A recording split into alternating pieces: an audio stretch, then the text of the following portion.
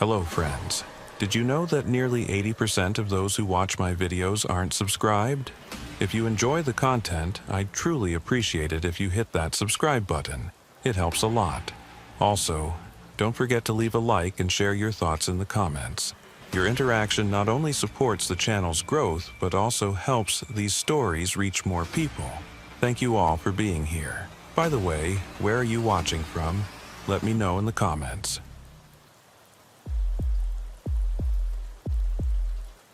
I've been wearing this badge for 17 years. 17 years of West Texas nights, empty highways, and a silence that makes you think too much about things you'd rather forget. My name is Cole Briggs, and I work the night shift at the Presidio County Sheriff's Department on the Texas-Mexico border. Most people don't understand the situation here. The border isn't just a line on a map, it's hundreds of miles of desert, mountains, and darkness so thick you could cut it with a knife. During the day, you can see the heat waves rising off the asphalt.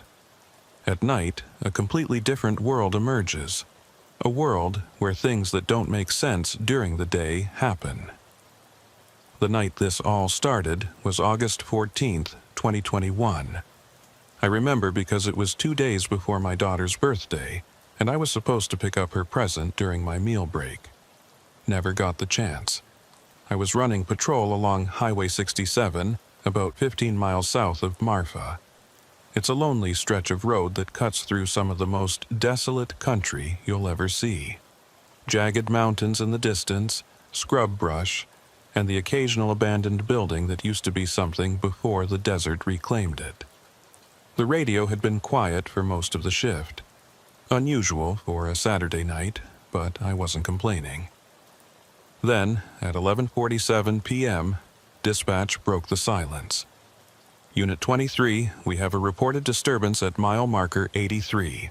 Caller states they can hear someone calling for help.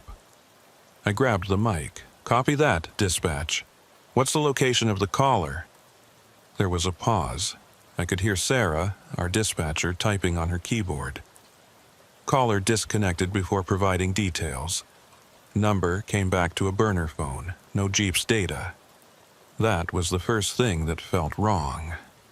People don't usually call 911 from burner phones unless they've got something to hide. And mile marker 83 was in the middle of nowhere. No houses, no businesses, nothing but desert for miles in every direction. 10-4, dispatch. I'm about 8 minutes out. Any description of the disturbance? Negative. Caller just said they could hear someone screaming for help, then the line went dead. I flipped on my light bar and accelerated. 8 minutes on these roads feels like forever when someone might be in trouble. The highway stretched out ahead of me, my headlights cutting through the darkness like a knife. On either side, the desert was alive with shadows that moved in ways that made you wonder if your eyes were playing tricks on you. As I approached mile marker 83, I slowed down and scanned both sides of the highway. Nothing. No vehicles, no people, no signs of any disturbance. Just the empty road and the vast darkness beyond. I pulled onto the shoulder and killed the engine. The silence that followed was absolute. Out here, you don't hear traffic or distant sirens or any of the sounds that remind you civilization exists. Just wind, the occasional coyote, and your own breathing. I stepped out of the cruiser and stood there listening. The night air was still warm from the day's heat, probably in the high 80s. My hand rested on my service weapon as I surveyed the area with my flashlight. That's when I heard it. A voice, faint and distant, calling out from somewhere in the desert. Help, please, someone. The voice was coming from the east, maybe a quarter mile off the highway. I grabbed my radio. Dispatch, Unit 23.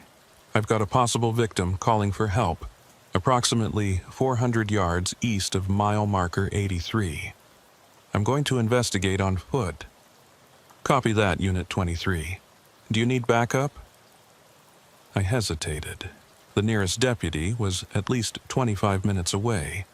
If someone was hurt out there, they might not have that kind of time. Negative for now. I'll advise if the situation changes. I took my heavy-duty flashlight and started walking into the desert. The terrain was rough. Loose rocks, patches of prickly pear cactus, and small arroyos that could twist your ankle if you weren't careful. The voice kept calling out, always sounding like it was just ahead, just beyond the reach of my flashlight. After about 10 minutes of walking, I stopped and listened again. The voice had stopped. I called out, "Sheriff's Department, where are you?" Nothing. I swept my flashlight across the landscape. In the beam, I could see the outline of an old dirt road, barely visible beneath years of desert growth. It wasn't on any map I'd ever seen, and I'd patrolled this area for years. The road looked like it hadn't been used in decades, but as I walked closer, I noticed something that made my skin crawl. Fresh tire tracks. 2 sets, running parallel, heading deeper into the desert. I followed the tracks for another few minutes until I came to a clearing. In the center of the clearing was a vehicle, a white pickup truck with its doors standing open and the engine still running. The headlights were on, illuminating a scene that didn't make any sense. There was a campsite set up. A tent, a small fire pit with warm ashes, camping chairs arranged in a circle. But no people. And the thing that really got to me, there were 5 phones lying on the ground. All of them turned on. All of them showing the same thing. A call to 911, active and ongoing. I picked up one of the phones. I could hear dispatch on the other end asking if anyone was there. "Dispatch, this is Unit 23. I've located 5 cell phones at the scene, all with active 911 calls, but there's no one here." "Say again, Unit 23? "The phones are here, but the people aren't. It looks like a campsite, but it's been abandoned. Vehicle is still running, warm ashes in the fire pit. Something's wrong here." I heard the concern in Sarah's voice. "Unit 23, I'm sending backup to your location. Do not proceed further without..." The radio cut out. Not just static, but complete silence. I looked at the display. No signal. That shouldn't have been possible. I was on a county frequency that had coverage across the entire region. I tried my cell phone. No signal there either. That's when I noticed something else. My watch had stopped. The second hand was frozen at 11:58 p.m. I tapped it, thinking the battery had died, but when I held it to my ear, I could hear it ticking. The mechanism was working, but the hands weren't moving. A sound behind me made me spin around, my hand going to my weapon. In the darkness beyond my flashlight's beam, I could see shapes moving. Human shapes, but something about the way they moved wasn't right. Too fluid, too synchronized, like they were all connected by invisible strings. "Sheriff's Department," I called out. "Show yourselves. Keep your hands where I can see them." The shapes stopped moving. For a moment, everything was perfectly still. Then, from the darkness came a voice. My voice. "Dispatch, this is Unit 23. I've located 5 cell phones at the scene, all with active 911 calls, but there's no one here."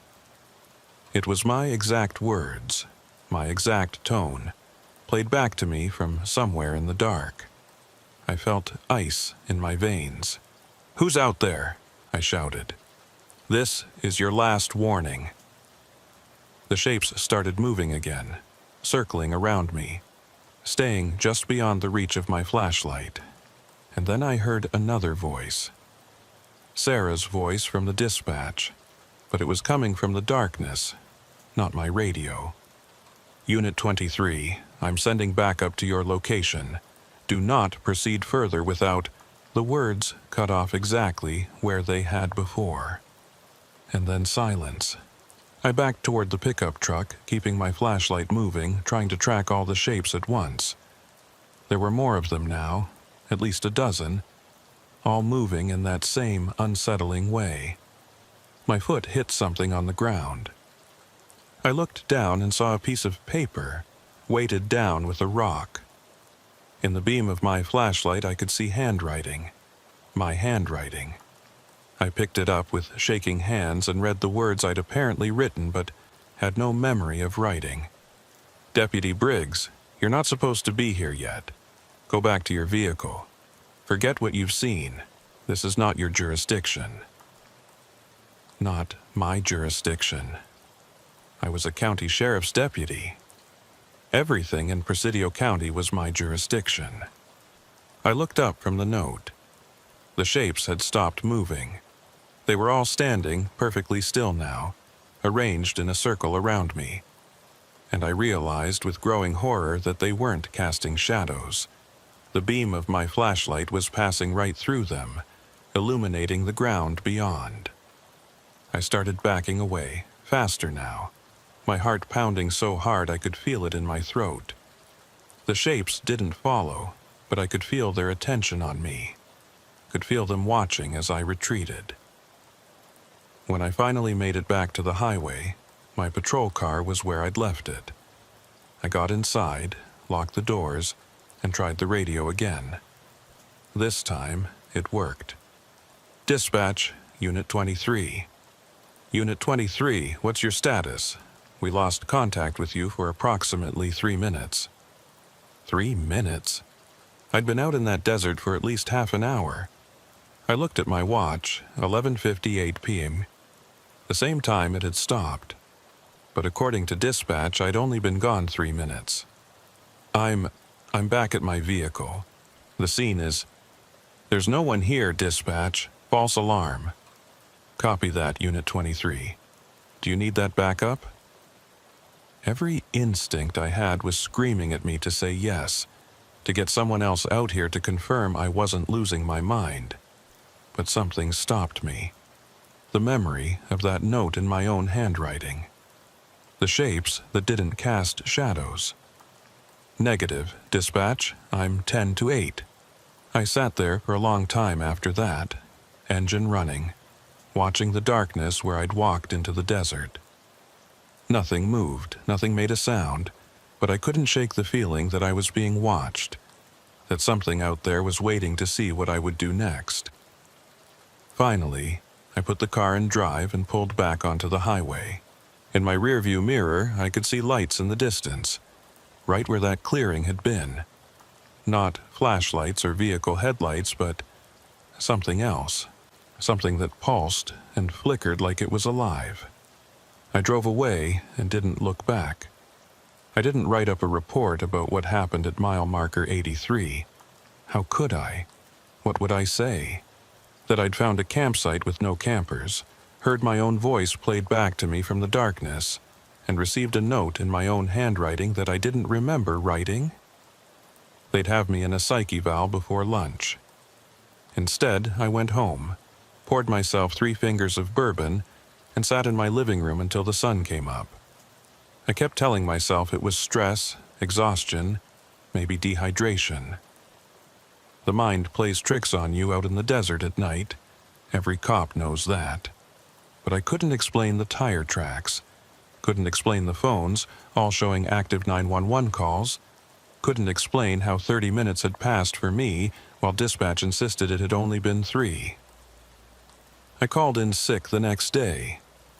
First time in 7 years. Spent the day trying to distract myself with normal things.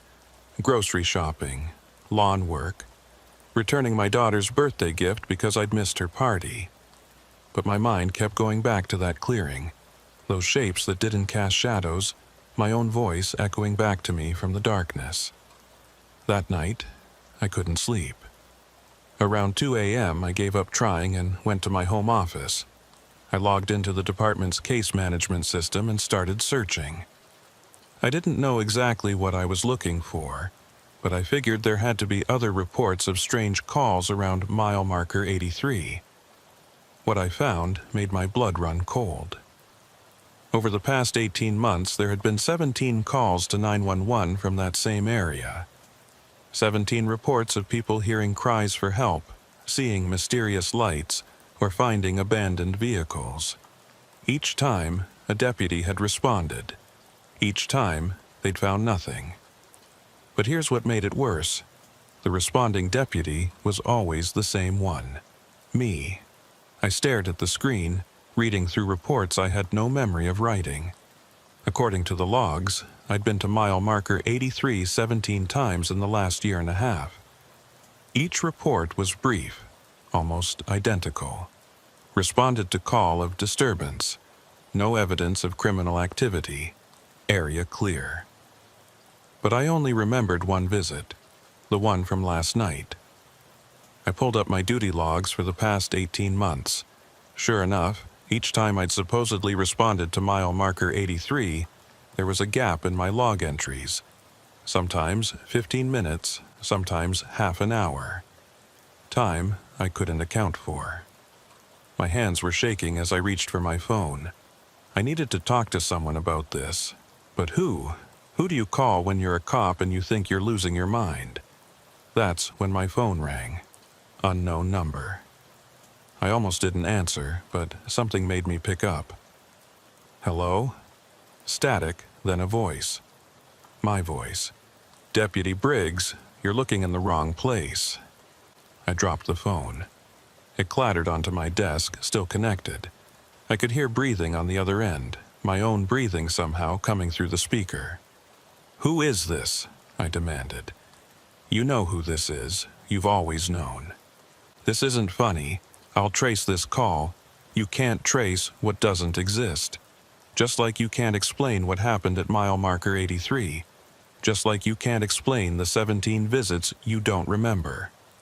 I grabbed the phone. What do you want? I want you to stop looking. Stop trying to make sense of it. Some things aren't meant to be understood, Deputy Briggs. Some things exist in the spaces between the seconds on your watch, in the miles that aren't on any map, in the calls that come from phones that shouldn't work. That's not, your watch stopped at 11:58 p.m. last night. But if you check the logs, dispatch has you back in your vehicle at 11:58 p.m., same minute. How is that possible, Deputy? How can you be in two places at the same time? I couldn't answer. The question hung in the air like smoke. Go back to mile marker 83, the voice continued. But this time, don't look for the clearing. Look for what's beyond it. Look for the road that doesn't exist. The line went dead. I sat there for a long time, staring at my phone. Every rational part of my brain was telling me this was some kind of elaborate prank, that someone was messing with me. But I'd heard my own voice on that call, and I knew that it wasn't a recording. It was somehow me, talking to myself from somewhere else. The next night, I went back to work. I tried to act normal, took my regular patrol route, responded to a few routine calls. But I kept finding myself driving past mile marker 83, slowing down, looking for any sign of that dirt road I'd followed into the desert. Around 10 p.m., dispatch called me. Unit 23, we've got another report near mile marker 83. Caller says they can see lights moving in the desert, approximately half a mile east of the highway. My heart started pounding. Copy that, dispatch. What's the caller's information? Same as before. Burner phone, disconnected before we could get details. I pulled onto the shoulder near mile marker 83 and sat there with my engine running, trying to decide what to do. Part of me wanted to call in sick, to refuse the call, to never come back to this stretch of highway again. But I was a cop. This was my job. And something was happening out here that I needed to understand. I grabbed my flashlight and started walking into the desert, following the same path I'd taken before. This time, I was ready. I had my phone recording video, my body camera activated, a spare radio clipped to my belt in case the first one cut out again. The old dirt road was exactly where I remembered it. Tire tracks still visible in the sand. I followed it to the clearing, expecting to find the white pickup truck and the abandoned campsite. But it was all gone. No truck, no tent, no phones lying on the ground. The clearing was completely empty except for a single object in the center, a mile marker sign. Not one from the highway, but an old wooden post with hand-carved numbers. Mile marker 0. I walked over to it, my flashlight beam shaking in my hand. The wood was weathered and old, but the carving was clear. 0. The mile marker that shouldn't exist. Beyond the sign, I could see what looked like another road. Not a dirt track this time, but an actual paved road. 2 lanes, with faded yellow lines down the center. A road that definitely wasn't on any map, because according to every map I'd ever seen, there was nothing out here but open desert for miles. I stepped onto the pavement. It felt solid under my boots, real. I started walking, following the road as it curved around a small hill. And that's when I saw the lights. They were coming from a building about 100 yards ahead, a small structure that looked like an old border patrol station. But it couldn't be. The nearest checkpoint was 15 miles south, and I knew the location of every official installation in my jurisdiction. As I got closer, I could see vehicles parked outside. Police cruisers, but not from any department I recognized. The paint scheme was wrong. The light bars were an older model, and the unit numbers didn't match any agency I knew. There were people moving around inside the building. I could see them through the windows, officers in uniform, sitting at desks, talking on phones, doing paperwork. A normal night shift at a rural station. I walked up to the front door. There was a plaque mounted beside it. Presidio County Sheriff's Department, Border Station 7, established 1947. Border Station 7 didn't exist. Had never existed. I'd been with the department for 17 years, and I'd never heard of a Station 7. I tried the door. It was unlocked. The inside of the building was like stepping back in time. Old metal desks, rotary phones, filing cabinets that probably hadn't been manufactured since the 1970s. And the officers, they were all wearing uniforms that were decades out of date. The style, the badges, even the weapons they carried were from a different era. None of them looked up when I walked in. They just kept working, typing on manual typewriters, filling out reports by hand, talking on those old phones, like I wasn't even there. "Excuse me," I said. "I'm Deputy Briggs, Presidio County. Can someone tell me what's going on here?" No response. Not even a glance in my direction. I walked over to the nearest desk. The officer sitting there was maybe in his 50s, gray hair, weathered face. He was writing a report, and I could see the date at the top of the page. August 14th, 1987. 34 years ago. Exactly 34 years before the night I first responded to mile marker 83. I reached out to touch the officer's shoulder, and my hand passed right through him. Through him, through the desk, through everything. I pulled my hand back, staring at it in horror. That's when one of the officers finally looked up. A younger man, maybe in his 30s, sitting at a desk by the window. He was looking right at me, and there was recognition in his eyes. He stood up and walked over. As he got closer, I could see his nameplate. Deputy C. Briggs. My nameplate. My name. But this man wasn't me. He was older, more worn down, with scars I didn't have and eyes that had seen things I couldn't imagine. "You came back," he said. His voice was rough, tired. "I knew you would. They always do." "Who are you?" I managed to ask.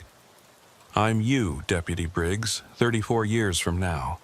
Or 34 years ago, depending on how you look at it. Time doesn't work right here. Nothing works right here. This isn't possible. Neither is hearing your own voice in the darkness. Neither is losing 30 minutes that dispatch insists was only 3. Neither is any of this, but here we are." I looked around the station. The other officers were still working, still ignoring us. What is this place? This is where we end up. All of us who got too close to mile marker 83. All of us who followed the voices into the desert and found the road that doesn't exist. He gestured to the other officers. Some of them have been here since the 1950s. Some since last month. Time doesn't mean anything here. But I'm still out there. I'm still working my shift. Are you? How do you know? Maybe you're out there walking through the desert, and this is the real you. Or maybe you're in both places at once. Maybe that's what mile marker 83 does. It splits you, puts one version of you on patrol and traps another version here. I thought about the reports I'd written, the ones I didn't remember. The 17 visits to this area, all documented, but all blank in my memory. Had I been here all those times? Had some version of me been trapped in this station while another version kept working, kept living, completely unaware? How do I get out? I asked. The other me smiled, but there was no humor in it. You don't. None of us do. We're all stuck here working a shift that never ends, in a station that shouldn't exist, on a road that's not on any map. We're the ones who got too close to the edge of something we weren't supposed to see. No, I shook my head. There has to be a way. There's always a way. Then you're smarter than the rest of us. We've been trying to find the exit for decades. Some of us longer. But every time we think we've figured it out, we end up right back here. Writing reports that no one will read. Taking calls that never really happened. Patrolling a border that doesn't exist. I looked at the windows. Outside, I could see the desert, lit by lights from the station. But it wasn't the same desert I'd walked through. The landscape was different, wrong somehow. Mountains that shouldn't be there. Roads that curved in impossible directions. A sky that was too dark and full of stars that didn't match any constellation I knew. You need to leave, the other me said suddenly. You're not fully here yet. Not like we are. You still have a chance to go back, to forget, to stay on the other side of mile marker 0. What if I don't want to forget? Then you'll end up like us, trapped between the seconds on your watch, caught in the spaces between the miles on your map. Is that what you want? To spend eternity answering calls that never end, chasing voices in the darkness that you'll never catch? I looked around the station one more time. All these officers, all these versions of lawmen who'd gotten too close to something they couldn't understand. Some of them had probably been good cops, dedicated, doing their jobs. And this was where they'd ended up. How do I make sure I don't come back? I asked. You stop looking, stop asking questions. The next time you drive past mile marker 83 and you hear voices, or see lights, or get a call about a disturbance, you keep driving. You tell dispatch it was a false alarm. You forget you ever found this road. That's not who I am. I don't ignore calls. Then you're one of us now. Just a matter of time before you can't leave anymore. Behind me, I heard a sound. I turned and saw the door to the station slowly closing, even though no one was touching it. Outside, the desert was getting darker, the stars multiplying until the sky was completely white with them. You need to go, the other me said urgently. Now, before the door closes completely, before you become permanent. I ran for the door. It was almost shut. Just a few inches of gap remaining. I threw myself through it, hitting the ground outside and rolling across the pavement. When I looked back, the building was gone. The road was gone. I was lying in the empty desert, surrounded by nothing but sand and scrub brush, with my flashlight lying a few feet away, still turned on. I grabbed the light and stood up, looking around frantically. No station, no road, no mile marker 0. Just the desert, exactly as it should be. I checked my watch, 11:58 p.m. Still. And in the distance I could hear my radio crackling. Unit 23, what's your status? We've lost contact. I didn't respond to dispatch right away. I stood there in the desert, trying to process what I'd just experienced. The station that shouldn't exist. The road that wasn't on any map. The other me, trapped there for what he claimed was decades, working a shift that never ended. Every instinct I had as a cop told me to report this, to get someone else out here to verify what I'd found. But I also knew how that conversation would go. I'd sound insane. They'd put me on administrative leave, order a psych eval, maybe force me into early retirement. And then what? The voices would still be calling from mile marker 83. The road would still be there, and maybe, eventually, I'd find myself permanently trapped in that station with all the others. My radio crackled again. Unit 23, please respond. I keyed the mic. Unit 23, I'm 10-8. False alarm at mile marker 83. No evidence of disturbance. Copy that, Unit 23. Everything okay? Yeah, I lied. Everything's fine. I walked back to my patrol car and sat inside with the doors locked, engine running. My hands were shaking. I looked at my watch. It was working again, showing 12:14 a.m. Somehow, 16 minutes had passed since I'd stepped through that door and landed back in the real desert. 16 minutes, not 3, not 30. 16. Time was inconsistent around mile marker 83, flowing at different speeds depending on where you were. In the station, it didn't flow at all. On the highway, it moved normally. But somewhere in between, in that space where the road appeared and disappeared, time did whatever it wanted. I drove back to town and finished my shift, going through the motions of patrol without really thinking about what I was doing. Every time I passed mile marker 83 for the rest of the night, I kept my eyes straight ahead, didn't slow down, didn't look for lights in the desert, but I could feel it there. That pull, that sense that something was calling to me from beyond the mile markers we used to measure distance and time. It was like a whisper at the edge of hearing, a presence just outside my peripheral vision. Over the next week, I tried to go back to normal, showed up for my shifts, ran my patrol routes, responded to calls, but I couldn't stop thinking about that station, about the other me trapped there, about all those officers who'd made the same mistake I almost made. I started researching. Late at night, after my shifts ended, I'd sit in my home office and dig through old department records, newspaper archives, anything I could find about strange occurrences around mile marker 83. What I found disturbed me more than anything I'd experienced in that desert. Going back to the 1940s, there were reports. Lots of them. Motorists who'd broken down near mile marker 83 and were never seen again. Police officers who'd responded to calls in that area and either disappeared or came back different, changed somehow. There were even a few documented cases of officers who'd filed reports about finding a border patrol station that shouldn't exist.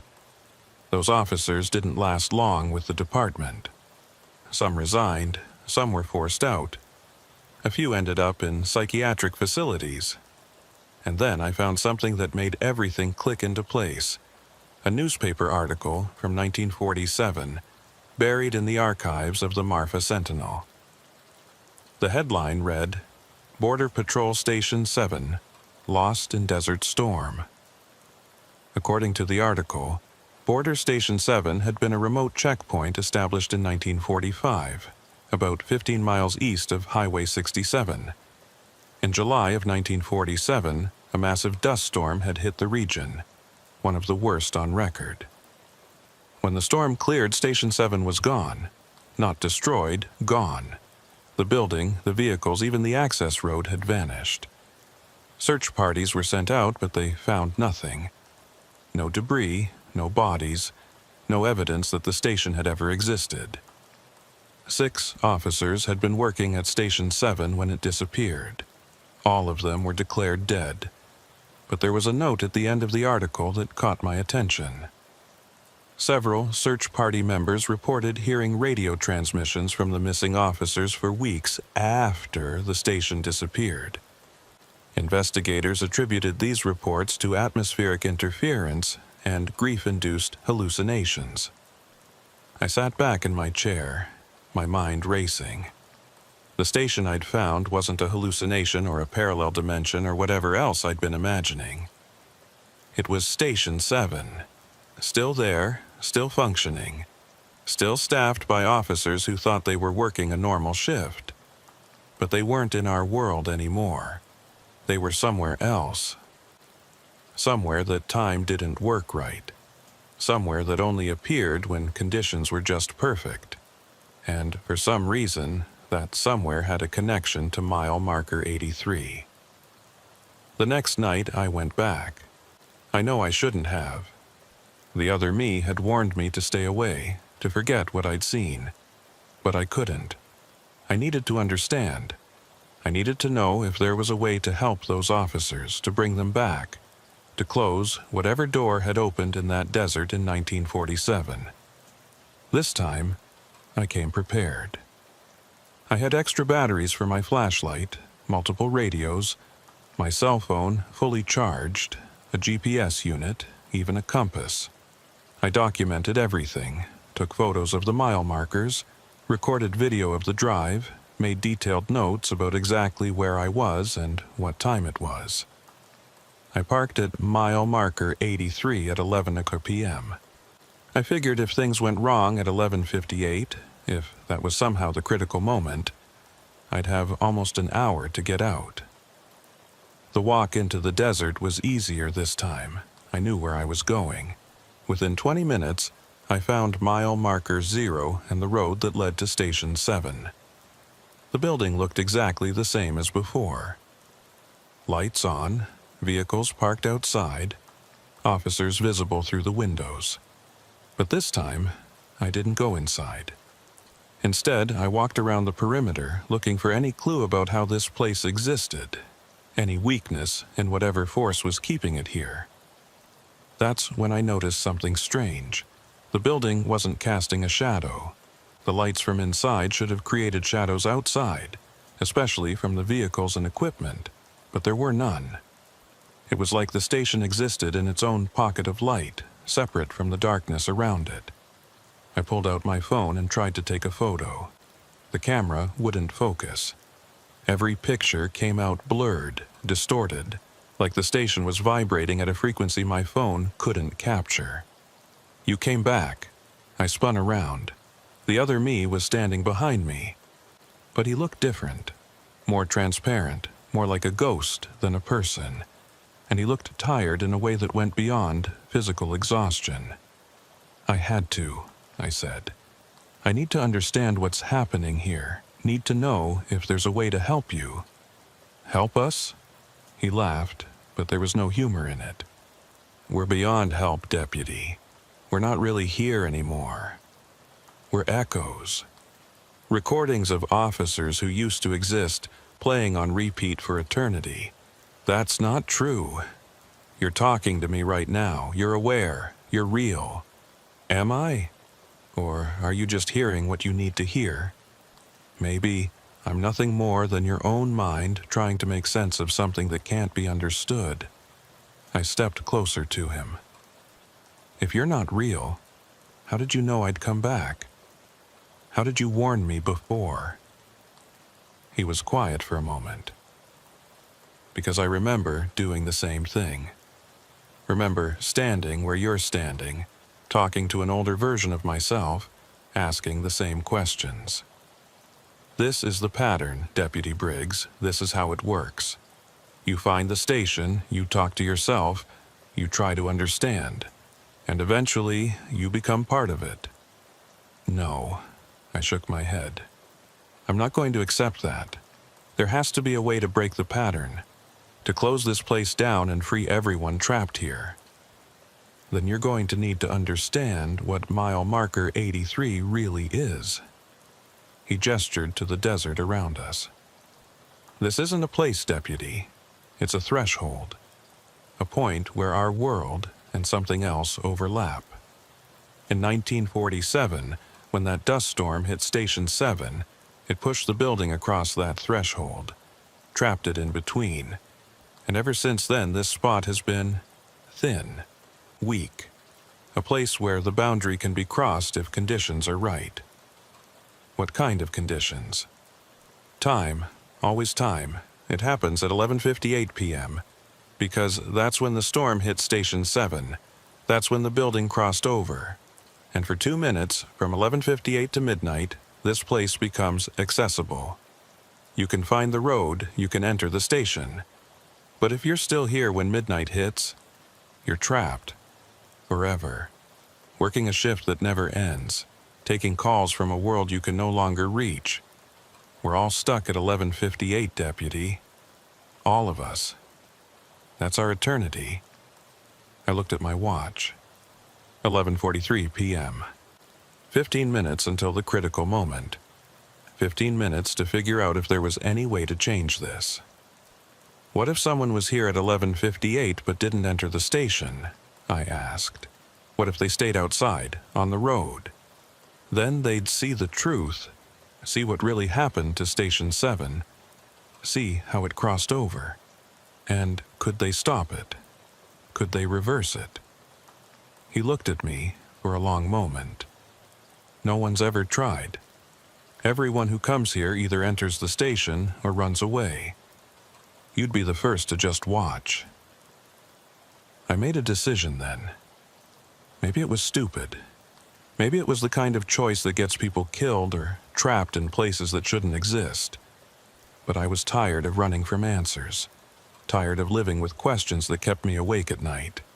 "I'm going to stay," I said. "I'm going to watch what happens at 11:58. And if there's any chance at all of closing this place down, I'm going to take it." The other me smiled. For the first time since I'd met him, he looked almost hopeful. "Then good luck, Deputy. Maybe you'll be smarter than the rest of us. Maybe you'll find what we couldn't." He turned and walked back toward the station. As he reached the door, he paused and looked back at me. "One more thing. If you do manage to close this place down, if you somehow break the pattern, we'll finally be able to rest. All of us. We'll finally get to end our shift." Then he went inside, and I was alone on that impossible road, waiting for 11:58 p.m. I stood on that road that shouldn't exist and watched my watch tick toward 11:58. Every second felt like an hour. My hand kept drifting toward my radio, toward my phone, reaching for that familiar comfort of knowing I could call for help if I needed it. But I didn't. Some part of me understood that this was something I had to face alone. At 11:55, the air started to change. It got colder, heavier, like the atmosphere itself was holding its breath. The lights in Station 7 began to flicker. Through the windows, I could see the officers inside moving slower, their actions becoming jerky and repetitive, like a video skipping frames. 11:56. The stars overhead started to shift, not moving across the sky the way stars normally do, but rearranging themselves into patterns I'd never seen before. The desert around me began to blur at the edges, like reality itself was losing focus. 11:57. I heard the wind, not the normal desert wind, but something massive, something that sounded like it was coming from every direction at once. The dust storm from 1947, still happening, still raging, caught in an eternal loop just like the officers in the station. And then 11:58 hit. The world split open. I don't have better words for it. The desert, the station, the road, everything fractured like a broken mirror. And I could see through the cracks. I could see 1947. See the original Station 7 in the moment the dust storm hit. I could see the officers running inside, trying to escape the wall of sand and wind bearing down on them. I could see the building starting to fade, starting to cross over into wherever it ended up.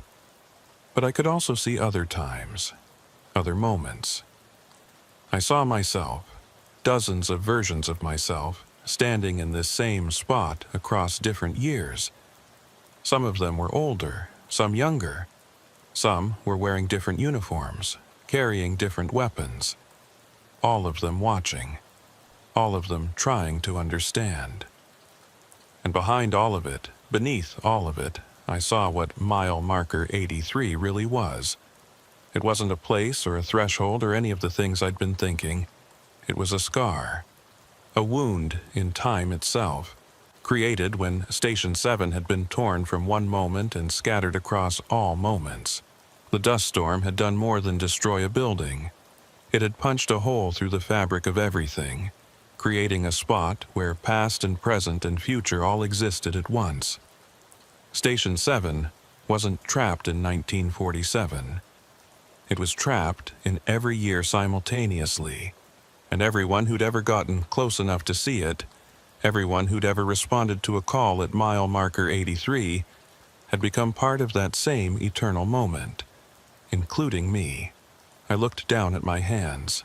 They were starting to fade, starting to become transparent like the other me had been. I could see through my fingers to the road beneath them. The process was beginning. I was crossing over. But I'd seen something else in those fractured moments.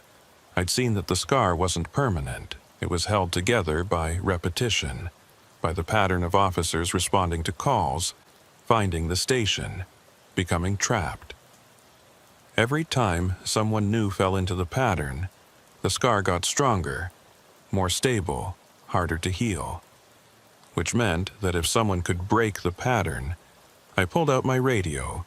My hands were almost completely transparent now.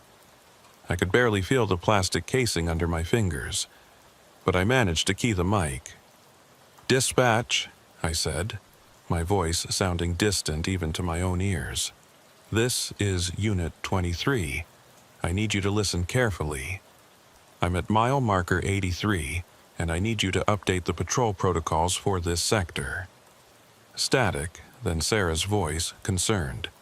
"Unit 23, you're coming in broken. What's your status?" "Dispatch, I need you to mark mile marker 83 as a no-response zone. Any calls coming from this area should be logged but not answered. Any reports of disturbances should be noted but not investigated. Do you copy?" "Unit 23, I can't authorize that without a supervisor." "Then get a supervisor, get the sheriff, get whoever you need. But this is critical dispatch. No one responds to mile marker 83. No one investigates. No one comes out here. Mark it as a dead zone." There was a long pause. When Sarah spoke again, her voice was different, urgent. "Cole, what's happening? Are you okay?" I looked down at myself. I was barely there anymore, just an outline of a person filled with desert air. But the scar around me was starting to change. The fractured images were becoming less stable, flickering in and out. By removing myself from the pattern, by refusing to complete the cycle, I was weakening it. "I'm ending my shift," I said into the radio. "Tell my daughter. Tell Emma that I'm sorry I missed her birthday. Tell her Daddy had one more call to answer." "Cole, wait." I dropped the radio and walked toward the Station 7. The building was starting to fade too, becoming more translucent with each step I took. Inside, I could see the officers looking around in confusion as the walls around them began to dissolve. The other me was standing in the doorway. He looked solid again, real again, but different. Younger somehow, like the weight of those eternal years was lifting. "You did it," he said. "You broke the pattern. The scar is closing."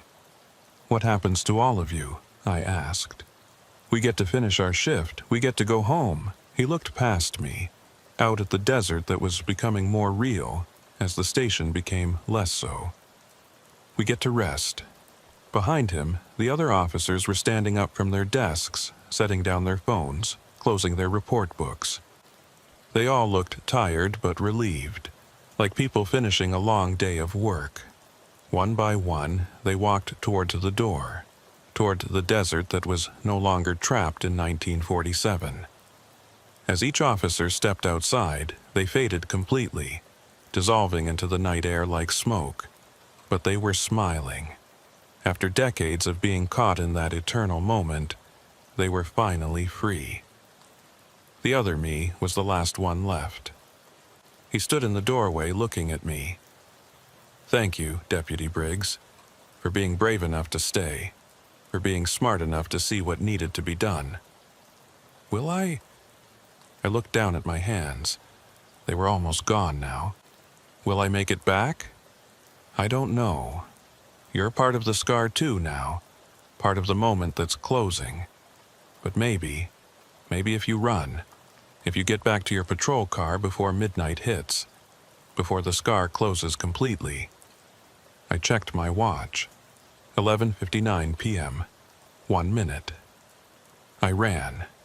I ran back down that impossible road, my feet barely touching the pavement that was already starting to disappear. I ran past mile marker 0, which was crumbling into dust even as I passed it. I ran through the desert that was rearranging itself around me, mountains appearing and disappearing, the terrain changing with every step. Behind me, I could hear Station 7 collapsing. Not with a crash, but with a sound like a sigh, like something that had been holding its breath for 70 years, finally letting go. I could see my patrol car ahead, parked where I'd left it on the shoulder of Highway 67. It looked so normal, so real, so solid compared to everything else around me.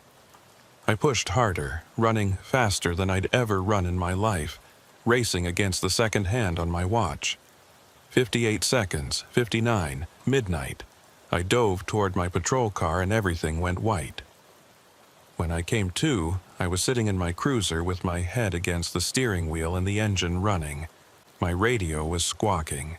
"Unit 23, please respond. Unit 23, we need confirmation of your status." I grabbed the mic with the hands that were solid again, real again. "Unit 23, I'm here, dispatch. I'm okay." "Copy that, Unit 23. You've been off the air for 43 minutes. We were about to send backup." 43 minutes. I looked at my watch. 12:43 a.m. I'd lost almost an hour, but I was back. I was real. I was alive.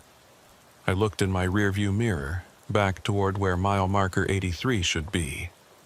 But something was different. The desert looked wrong. Too empty, too normal. Like something that had been there for a long time was now missing. I put the car in gear and drove north, away from that spot. I didn't look back again.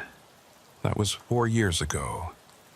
I'm retired now, living in Albuquerque. I don't talk about what happened that night. Who would believe me? A story about a road that doesn't exist, a station trapped in time, and a scar in reality that was held together by the pattern of officers making the same mistake over and over. But sometimes, late at night, I drive out into the desert. Not to Texas, but to the empty places in New Mexico, Arizona, Nevada. Places where the stars are bright and the roads are long and you can go hours without seeing another soul. And sometimes, just sometimes, I see things. Mile markers that shouldn't exist. Roads that aren't on any map. Buildings that appear for a moment and then fade away like mirages. I never investigate. I never stop. I learned my lesson at mile marker 83, but I always wonder how many other scars there are out there. How many other places where reality broke and never quite healed right. How many other officers are trapped in their own eternal moments, working shifts that never end, taking calls that will never be resolved. The border between Texas and Mexico is almost 300 miles long. That's a lot of empty space. A lot of places where things can go wrong.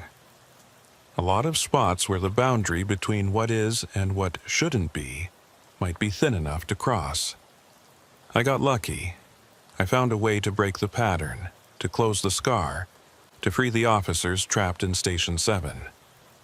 But there are other patterns out there, other scars, other places where the rules don't quite work the way they should. And sometimes, late at night when I can't sleep, I think about all the deputies and Border Patrol agents and state troopers working those lonely stretches of highway. I think about the calls they answer, the things they see, the moments when reality doesn't quite make sense. I hope they're smarter than I was. I hope they know when to turn around, when to mark something as a no-response zone, when to break the pattern before it breaks them. Because out there in the darkness, in the spaces between the mile markers, there are doors that shouldn't be opened, roads that shouldn't be followed, calls that shouldn't be answered. And once you answer them, once you step through those doors and follow those roads, you might never find your way back to the world you knew. I keep the radio from that night, the one I dropped in the desert before I ran back to my patrol car. I found it on my kitchen table 3 days after everything happened, sitting there like someone had delivered it. When I turn it on, I sometimes hear voices, officers calling in their positions, reporting their status, asking for backup. But when I check the frequencies, they're all empty. Dead air. The voices are coming from somewhere else, somewhere that exists in the spaces between the seconds on my watch. I never respond, never key the mic, never try to talk back, because I know that if I answer that call, I might end up right back where I started. Standing on a road that doesn't exist, watching my watch tick toward 11:58, waiting for the moment when reality splits open, and I have to choose whether to run or stay. And next time, I might not be fast enough. Next time, the scar might not close. Next time, I might become one of those voices on the radio, calling out from a place that no one can reach, working a shift that never ends. So I keep the radio off most days. Keep it locked in a drawer where I don't have to see it or hear it or think about what it represents.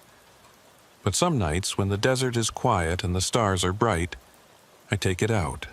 I hold it in my hands and listen to the silence, broken only by those distant voices, still working, still patrolling, still answering calls that will never be resolved. And I remember that for 2 minutes every night, from 11:58 p.m. to midnight, there are places along the border where the boundary between worlds grows thin. Places where you can see things that shouldn't be there. Roads that aren't on any map. Buildings that exist in all times and no time simultaneously. The smart thing would be to forget, to never think about mile marker 83 again, to file that night away as a hallucination or a stress reaction or anything other than what it really was. But I can't forget, because somewhere out there, right now, another deputy is probably getting a call about a disturbance near a remote mile marker.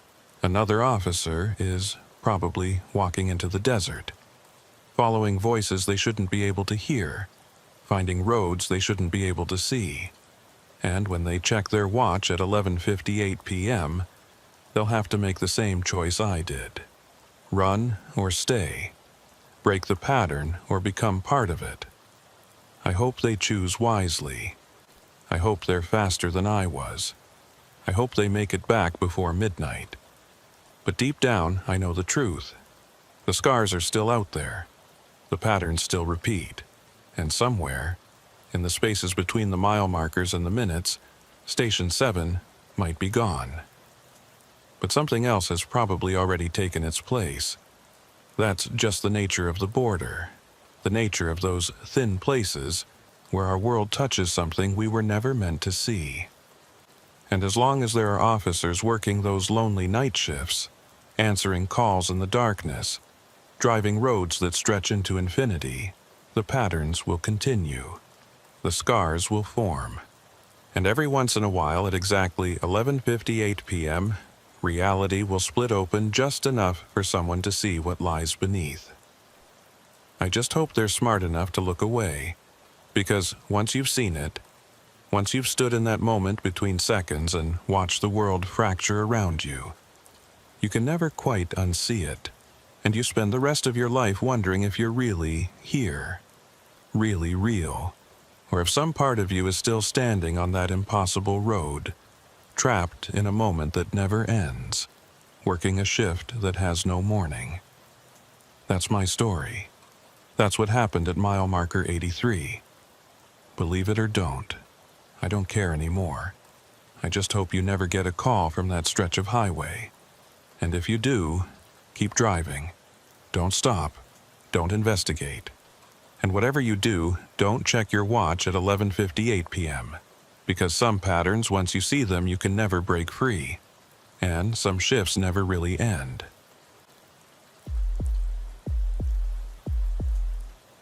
My name is Mason Harper, and I've been a deputy with the Brewster County Sheriff's Department for 12 years. 12 years of patrolling the emptiest, most unforgiving stretch of the Texas-Mexico border you can imagine. Out here, the desert doesn't care who you are or what badge you wear. It just waits, patient and indifferent, for you to make a mistake. I'm telling you this because what happened to me last October changed everything I thought I knew about these roads, about time, about the nature of reality itself. And because if I don't tell someone, if I don't get this out, I think it might drive me completely insane. It started on October 23rd, 2021. A Tuesday night, unusually cold for that time of year. I remember checking the thermometer on my dashboard as I started my shift. 54 degrees, with a forecast calling for clear skies and a full moon. Perfect conditions for patrol work. Good visibility, cool enough that you could work without sweating through your uniform, but not so cold that your fingers went numb when you had to handle equipment. I was assigned to the northern sector that night, which meant I'd be covering about 200 square miles of mostly empty desert between Alpine and the border. It's the kind of territory where you might go your entire shift without seeing another living soul. Just you, your thoughts, and the endless ribbon of asphalt stretching into the darkness. The shift started normal enough. I checked in with dispatch at 10 p.m., ran through my equipment check, and headed out on my usual route. Highway 118 south, then east on Ranch Road 2627, looping back north through a series of unnamed dirt roads that connected remote ranches and oil pump stations. I'd driven this route hundreds of times. I knew every turn, every cattle guard, every place where flash floods had washed out the shoulder and left deep ruts in the road. I could probably drive it blindfolded if I had to. Around 11:30 p.m., I was heading north on one of those unnamed dirt roads. Locals called it the Miller Track, after the family that had owned the land back in the 1950s. It was a straight shot for about 15 miles, cutting through flat scrubland dotted with mesquite and creosote bushes. Nothing out there but jackrabbits and the occasional coyote. That's when I saw it. A road branching off to the east. A paved road, 2 lanes, with fresh yellow lines down the center, and what looked like newly installed reflectors along the shoulder. I slowed down, confused. There was no paved road here. I'd driven past this exact spot at least twice a week for 12 years, and there had never been anything but open desert on the east side of Miller Track. I pulled over and got out of my cruiser, leaving the engine running and the headlights on. The new road was right there, clear as day in my headlights. Not a dirt track or a ranch access road, but an actual, paved highway that looked like it had been built within the last year. I walked up to where the roads intersected. There was even a road sign, the official green and white kind that the State Highway Department uses.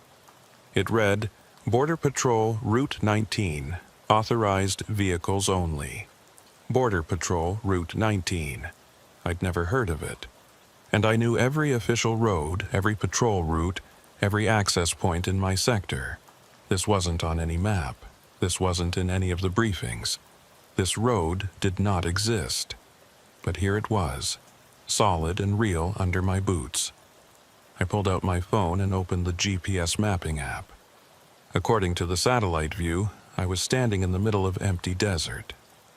The Miller track showed up clearly, but there was no indication of any intersecting road, just blank terrain.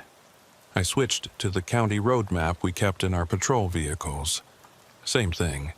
Miller track was marked, but nothing crossed it at this location.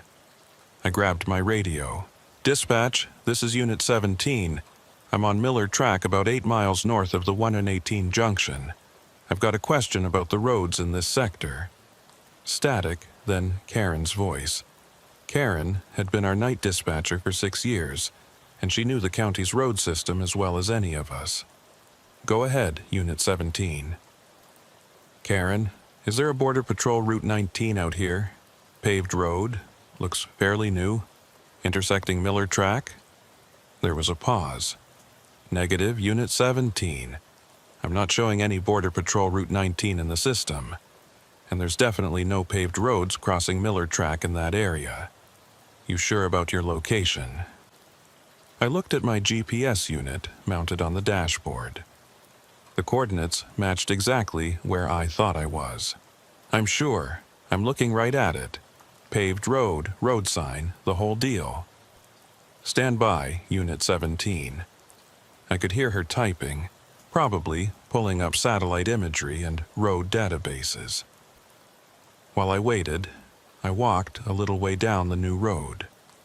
The pavement was smooth, recently laid. I could still smell that distinct asphalt smell, like the road had been finished within the last few months. About 50 yards down there was another sign.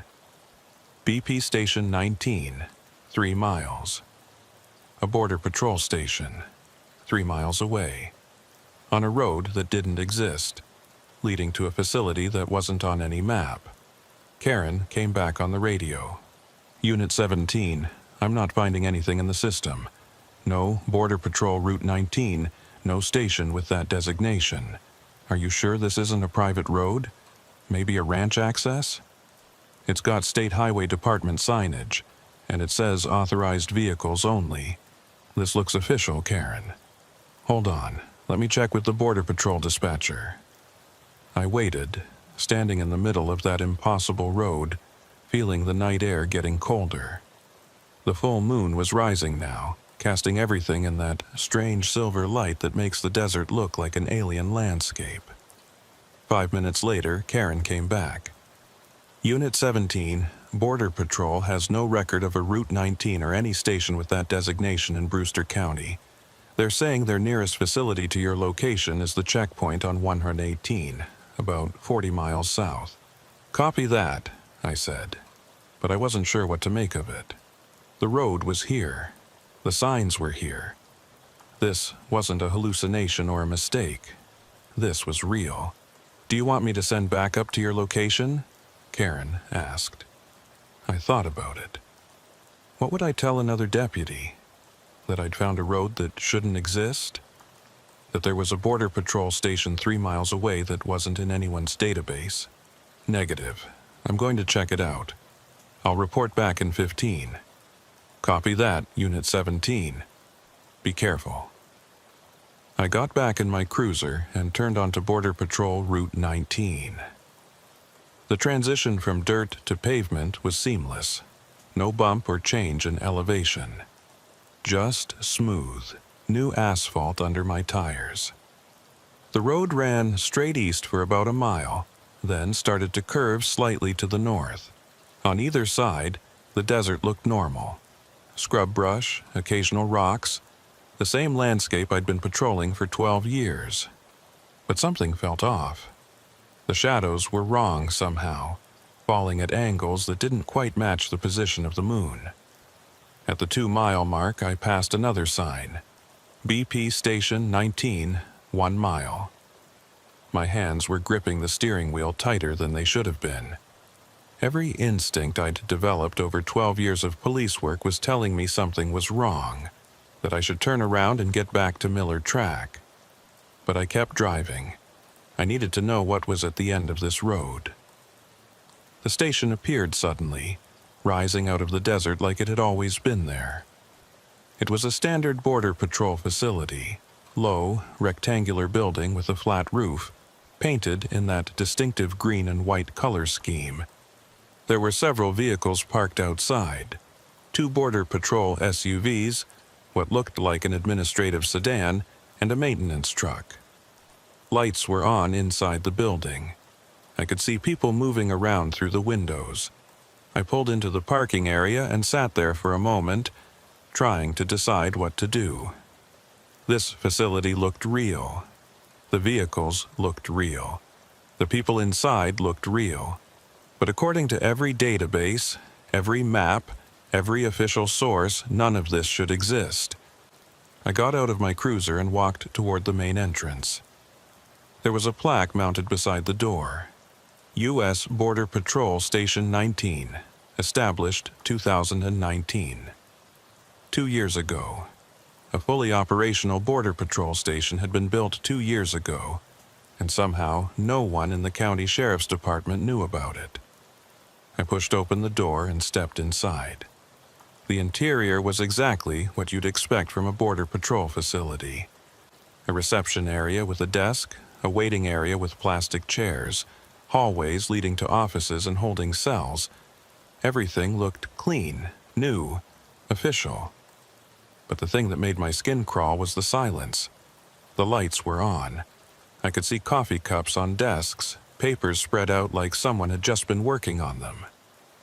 Computer monitors were active, showing security camera feeds and what looked like patrol routes.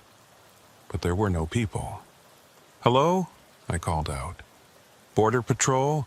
This is Brewster County Sheriff's Department." No response. I walked deeper into the facility, my hand resting on my service weapon. The halls were empty.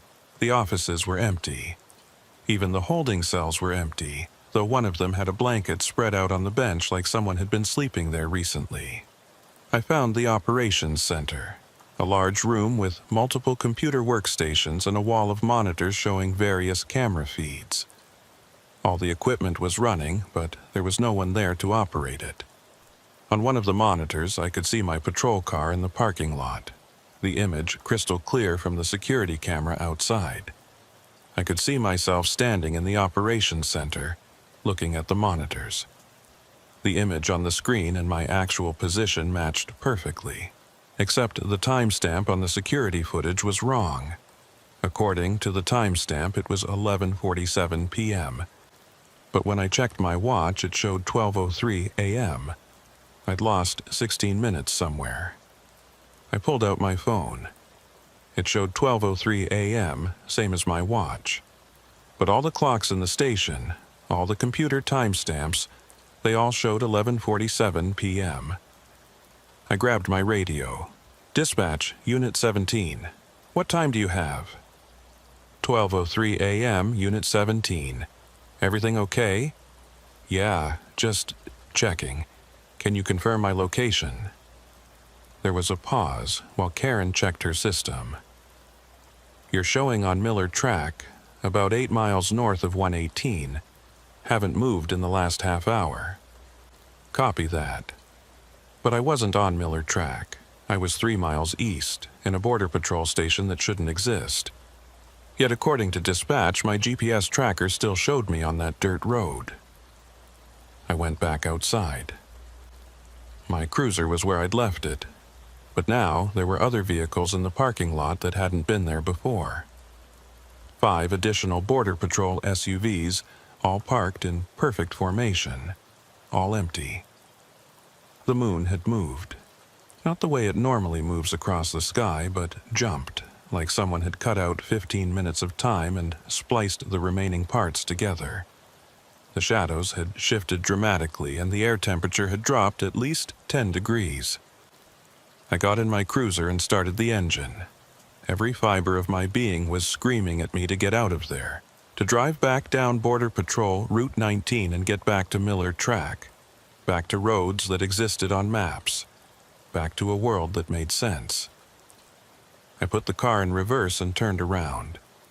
The road stretched out behind me. illuminated by my headlights. Same smooth pavement, same yellow lines, same reflectors along the shoulder. I started driving back the way I'd come, but something was wrong. The distance markers were counting up instead of down. BP Station 19, 2 miles, became BP Station 19, 3 miles, even though I was driving away from the facility. I drove faster. The mile markers kept increasing. 4 miles, 5 miles, 6 miles. I should have reached Miller Track by now. I should have been back on familiar ground. But the road just kept going, straight and endless, stretching into darkness that my headlights couldn't quite penetrate. I checked my odometer. I'd driven 11 miles from the station, but the distance markers now showed BP Station 19, 11 miles, and were still counting up. I was moving away from Miller Track, even though I was heading back the way I'd come. That's when I saw the lights in my rearview mirror. A vehicle was behind me, closing fast. As it got closer, I could see it was a Border Patrol SUV, light bar flashing. It pulled up behind me and hit the siren, the universal signal for a traffic stop. Out here, on a road that didn't exist, with time running backwards and distances that didn't make sense. I pulled over. The Border Patrol vehicle stopped behind me, but no one got out. I could see someone in the driver's seat, but the glare from my brake lights made it impossible to see details.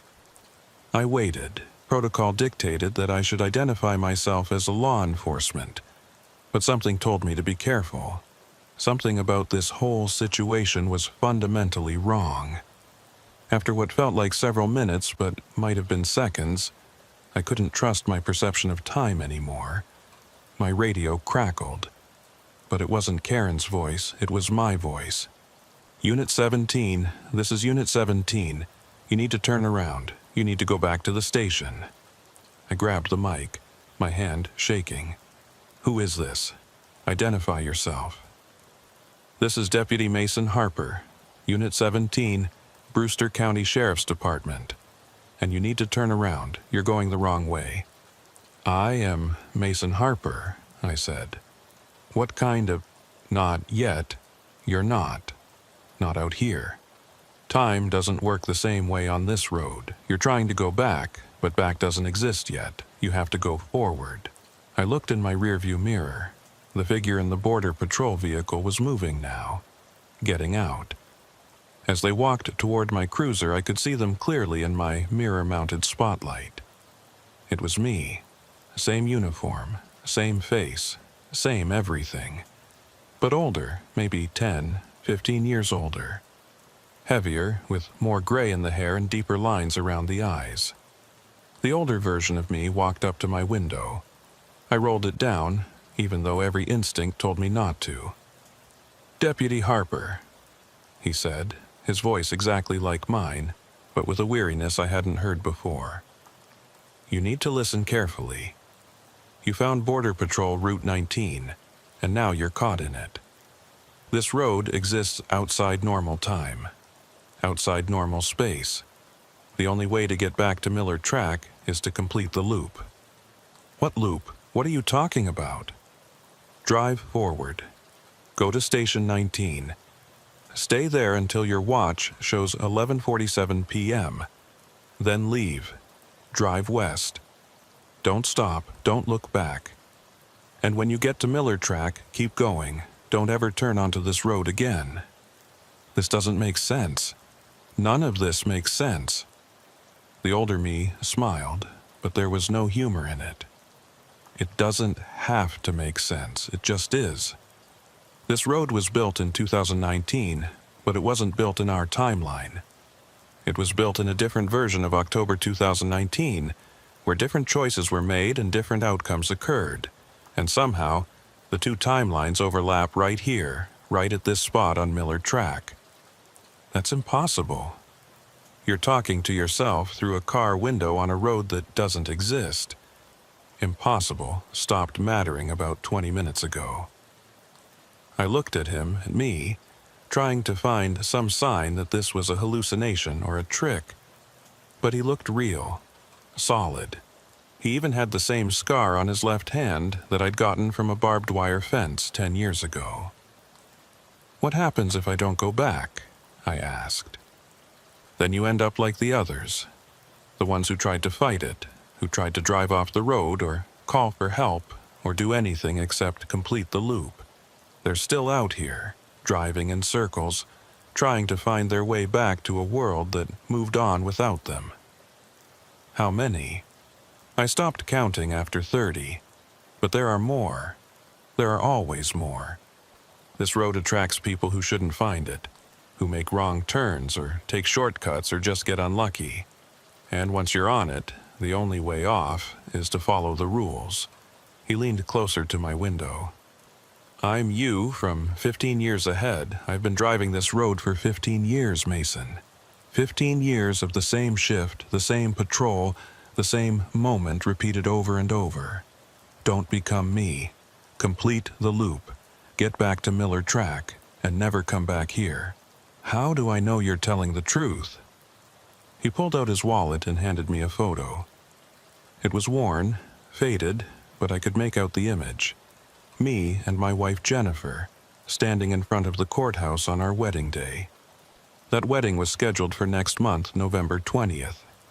We'd sent out the invitations 3 weeks ago, but in the photo, Jennifer looked older, and she was standing alone in front of the courthouse wearing black, a funeral dress. "That's from your funeral," the older me said softly. 2 years from now. You die on this road, Mason. You die because you didn't listen when I tried to warn you. Because you thought you could figure it out. Could break the rules. Could be smarter than the road. He took the photo back.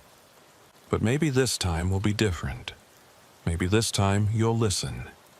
Maybe this time you'll complete the loop and get out. And if I do, what happens to you? I don't know. Maybe I disappear. Maybe I finally finish my shift. Or maybe I just keep driving. Keep warning versions of myself who stumble onto this road. Keep trying to save us from making the same mistakes over and over." He stepped back from my window. "Drive forward, Mason. Go back to Station 19. Wait for 11:47. Then leave and don't look back. That's the only way." I wanted to argue, wanted to demand more answers, wanted to understand how any of this could be possible. But the older version of me was already walking back to his vehicle. "Wait," I called out. "What happened? What choices were different in that other 2019? He stopped and looked back at me. The Border Patrol built Station 19 as a test facility. They were experimenting with surveillance technology, trying to monitor the desert in ways that hadn't been possible before. But something went wrong. The equipment they were using, it did something to time and space, created a bubble where normal rules didn't apply. And then they tried to cover it up, to erase Station 19 from all the records, to pretend it never existed. But the road is still here. The road is still here, he agreed.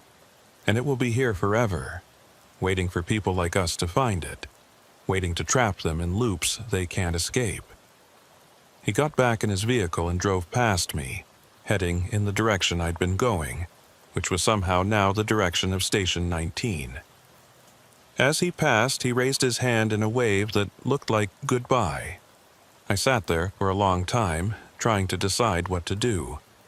Part of me wanted to ignore his warning, to try driving off the road into the desert, to call for backup and demand that someone explain what was happening. But I'd seen the photo, seen Jennifer at my funeral, seen proof that if I didn't follow the rules, this road would kill me. I put my cruiser in drive and headed back toward Station 19. The mile markers counted down normally this time. 5 miles, 4 miles, 3 miles. And then I was pulling back into the parking lot, which was now full of vehicles. At least 20 Border Patrol SUVs, all parked in perfect rows, all empty.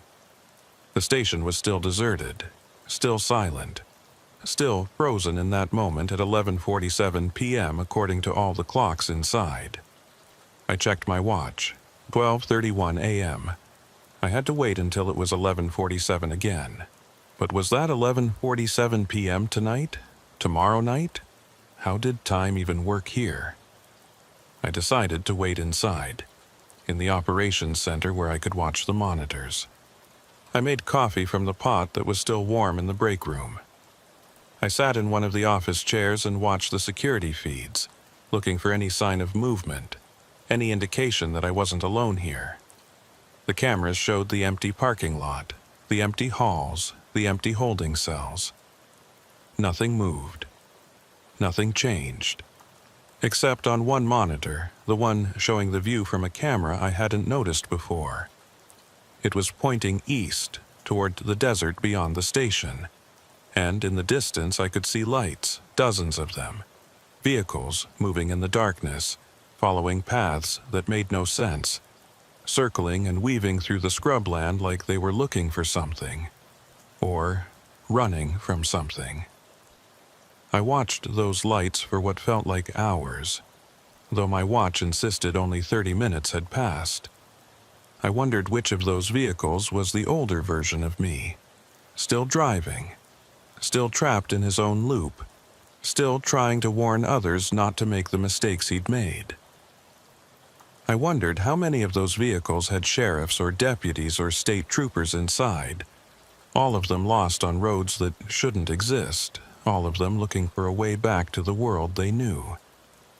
And I wondered if completing the loop would really set me free, or if I was just beginning a journey that would never end.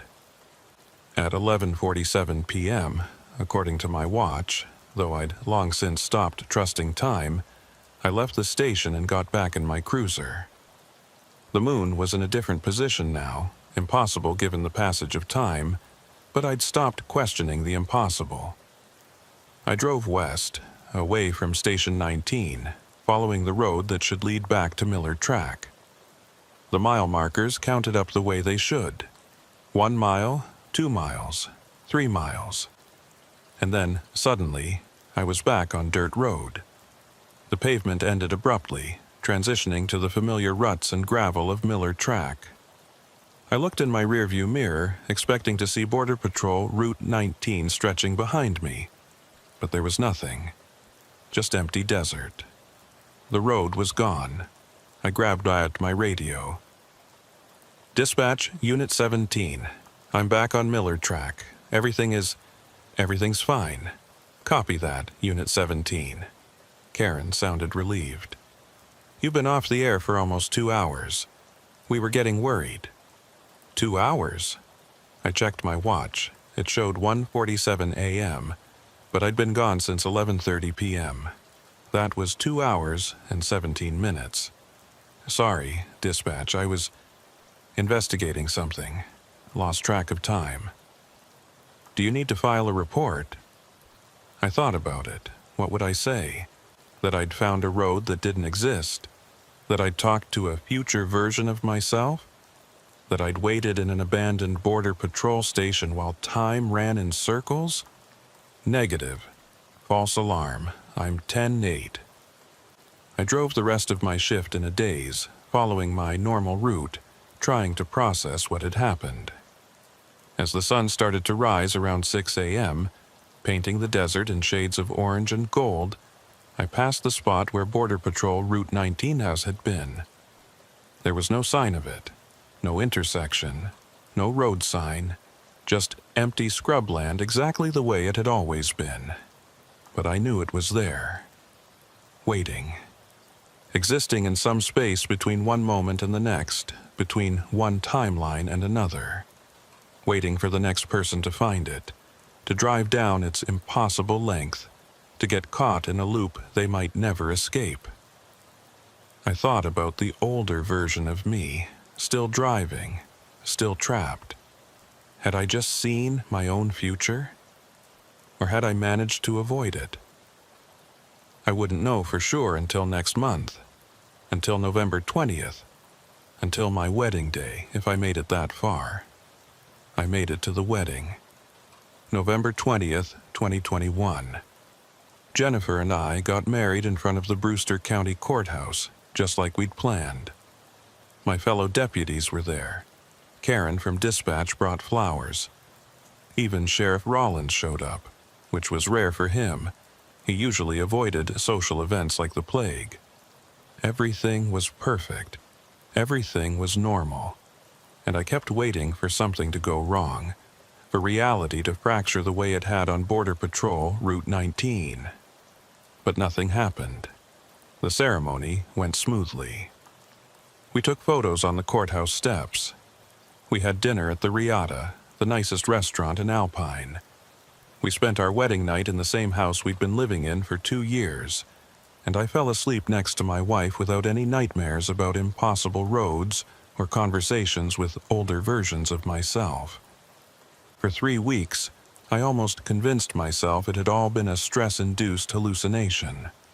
The long hours, the isolation of night shift patrol, the endless stretches of empty desert. Maybe my mind had just cracked a little. Maybe I'd fallen asleep at the wheel and dreamed the whole thing.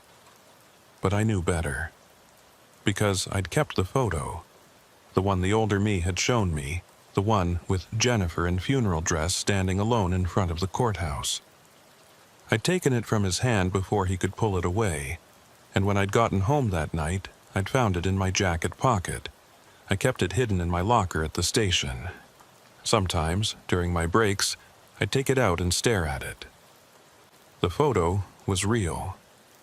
The date stamp on the back said October 23rd, 2023, exactly 2 years after the night I'd found the road. And Jennifer's face was unmistakable, aged by grief and time, wearing black at what could only be my funeral. The photo was proof that Border Patrol Route 19 existed. Proof that time didn't work the same way on that road. Proof that somewhere in some timeline, I'd made different choices and ended up trapped or dead. But I'd escaped. I'd followed the older me's instructions. I'd completed the loop. I was free. Except I wasn't. It started small. Little things I barely noticed at first. I'd be driving my patrol route and lose track of time. Not dramatically, just 5 or 10 minutes here and there. I'd look at my watch and realize I couldn't remember the last 15 minutes of driving, though my patrol log showed I'd been checking in with dispatch regularly. Then there were the dreams. Every night, I'd dream about Border Patrol Route 19. I'd be driving down that impossible road, watching the mile markers count up when they should count down, trying to reach Miller Track and never quite getting there. Sometimes I'd see other vehicles on the road, all of them going in circles, all of them driven by people who looked lost and desperate. Sometimes I'd see the older version of me, still in his Border Patrol vehicle, still patrolling a route that never ended. I tried to talk to Jennifer about it, tried to explain what I'd experienced that night in October. But how do you tell your new wife that you've seen her at your funeral? How do you explain that you met a future version of yourself who'd been trapped in a time loop for 15 years? I couldn't, so I kept it inside. Let it eat at me while I smiled and played the role of the newlywed deputy who had everything figured out. In December, I started avoiding Miller Track. I'd file my patrol plans to include that road, but then at the last minute, I'd take different routes, longer routes that kept me away from that 8-mile stretch where Border Patrol Route 19 had appeared. The other deputies noticed. My patrol logs showed increasing discrepancies between planned routes and actual routes. Sheriff Rollins called me into his office in early January. "Mason, you want to tell me what's going on?" He was sitting behind his desk, my patrol records spread out in front of him. "You've been avoiding Miller Track for 2 months. Every shift, you file a plan that includes it, and then you take detours, sometimes adding an extra hour or more to your patrol time." I tried to come up with a reasonable explanation. "The road's been rough lately. Flash flood damage from those storms in November. I've been taking Highway 118 instead. It's better maintained." Highway 118 is 40 miles out of your way. And I drove Miller Track myself last week. It's fine. So what's really going on? I wanted to tell him. Wanted to explain about the impossible road and the station that shouldn't exist. But I could already imagine how that conversation would go. Psychiatric evaluation. Forced leave. Maybe even dismissal if they decided I was unstable. Nothing, Sheriff. I'll stick to my planned routes from now on.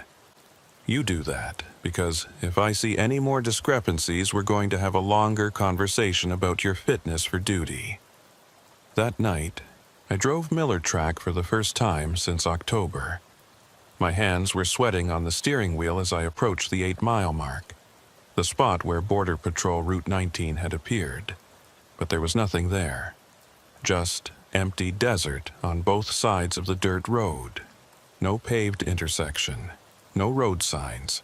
No indication that anything unusual had ever existed in this spot. I pulled over and got out, shining my flashlight into the scrubland. I walked 100 yards into the desert, looking for any sign of pavement, any indication that the road was still there, just hidden somehow. Nothing. I got back in my cruiser and continued my patrol, feeling both relieved and unsettled. Maybe it was over. Maybe the road only appeared once, a single moment of weakness in reality that had closed itself up and moved on. But 2 weeks later, it happened again. I was on Miller Track, same section, same time of night, around 11:30 p.m. And suddenly, there it was. Border Patrol Route 19, intersecting the dirt road, looking exactly the way it had in October. Fresh pavement, new signs, everything pristine and impossible. This time, I didn't hesitate. I drove right past it. Didn't slow down, didn't investigate. Just kept going north on Miller Track like I hadn't seen anything. My radio crackled. Unit 17, this is Unit 17. You need to stop. You need to turn around. I recognized the voice immediately. The older version of me. Still out there, still trapped. I keyed my mic. Negative. I completed the loop in October. I'm not going back. It doesn't work that way, Mason. The road doesn't let go. It pulls you back. Every time you pass it, every time you ignore it, the pull gets stronger. Eventually, you won't be able to resist. You'll turn onto it without even realizing what you're doing. That's not going to happen. That's what I said too, 12 years ago, when I first found the road. I thought I could avoid it. Thought I could be strong enough to resist. But I was wrong. The road always wins. I wanted to argue, but I could feel it, that pull, like a magnet drawing iron filings. My hands wanted to turn the steering wheel. My foot wanted to ease off the gas, to slow down and turn around and drive back to that intersection. I gripped the wheel tighter and accelerated, putting distance between myself and Border Patrol Route 19. You can't run from it forever, the older me said through the radio. The road exists in multiple times, multiple places. You might pass it once, twice, a dozen times, but eventually you'll be tired, distracted, and you'll turn onto it without meaning to. And then you'll be trapped, just like me. Then what do? I shouted at the radio. How do I make it stop? You don't. Once you've found the road, once you've driven it, you're marked. The road knows you, and it will keep calling you back until you answer. The radio went silent. I drove the rest of my shift without seeing the road again, but I could feel it. Out there in the darkness, waiting. Over the next 3 months, the pattern became clear. The road appeared once, sometimes twice a week, always at night, always in the same spot on Miller Track. And every time I had to fight the urge to turn onto it. The older me would call on the radio, sometimes warning me, sometimes pleading with me to stay away. Other times, I'd see vehicles in the desert off to the east, Border Patrol SUVs and sheriff's cruisers driving in complex patterns that made no sense, all of them caught in their own loops. I started documenting everything, made notes about each appearance of the road, took photos when I could, though they always came out blurred or overexposed, like the camera couldn't quite focus on something that shouldn't exist. I researched the history of the area, looking for any explanation. Found references to experiments conducted by the Border Patrol in 2019. Classified reports about surveillance technology that had gone wrong. Mentions of Station 19 in documents that were quickly redacted or removed from public databases. The more I dug, the more I realized that the older me had been telling the truth. Border Patrol Route 19 was real. It existed in some fractured timeline, some version of reality that had split off from ours in 2019 when those experiments went wrong. And somehow, that fractured timeline overlapped with ours at this specific spot on Miller Track. A weak point in reality where two versions of the same place existed simultaneously. In April, I made a mistake. I was driving Miller Track on a Tuesday night, exhausted from a double shift. I'd been called in early to cover for another deputy who'd called in sick, and I'd been on patrol for nearly 16 hours. My eyes were heavy. My reactions were slow. I approached the 8-mile mark, and the road was there.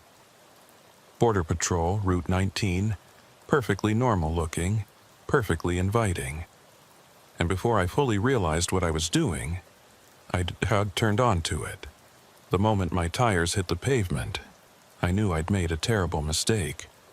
The air temperature dropped 20 degrees instantly. The moon jumped position in the sky, and my watch stopped at 11:47 p.m. "Damn it," I muttered, slamming my palm against the steering wheel. "Damn it, damn it, damn it." I was back on the loop. I drove toward Station 19, following the route I'd memorized from my first visit. The facility appeared exactly where it should be. Still empty, still frozen in time. I pulled into the parking lot and killed the engine. For a long moment, I just sat there, trying to figure out what to do. The older me had said I needed to complete the loop to get back. Wait until 11:47, then drive west to Miller Track. But what if it didn't work this time? What if the road had changed the rules? My radio crackled. "Welcome back, Mason." I grabbed the mic. I didn't mean to come back. I was exhausted. I didn't realize what I was doing until it was too late. I know. That's how it happens. That's how it always happens. The older me's voice was sad, resigned. You think you can be careful. You think you can stay alert. But eventually you slip. And then you're back on the loop. Tell me how to get off permanently. There has to be a way. You wouldn't still be here, still trying to warn people, if there wasn't some way to break free.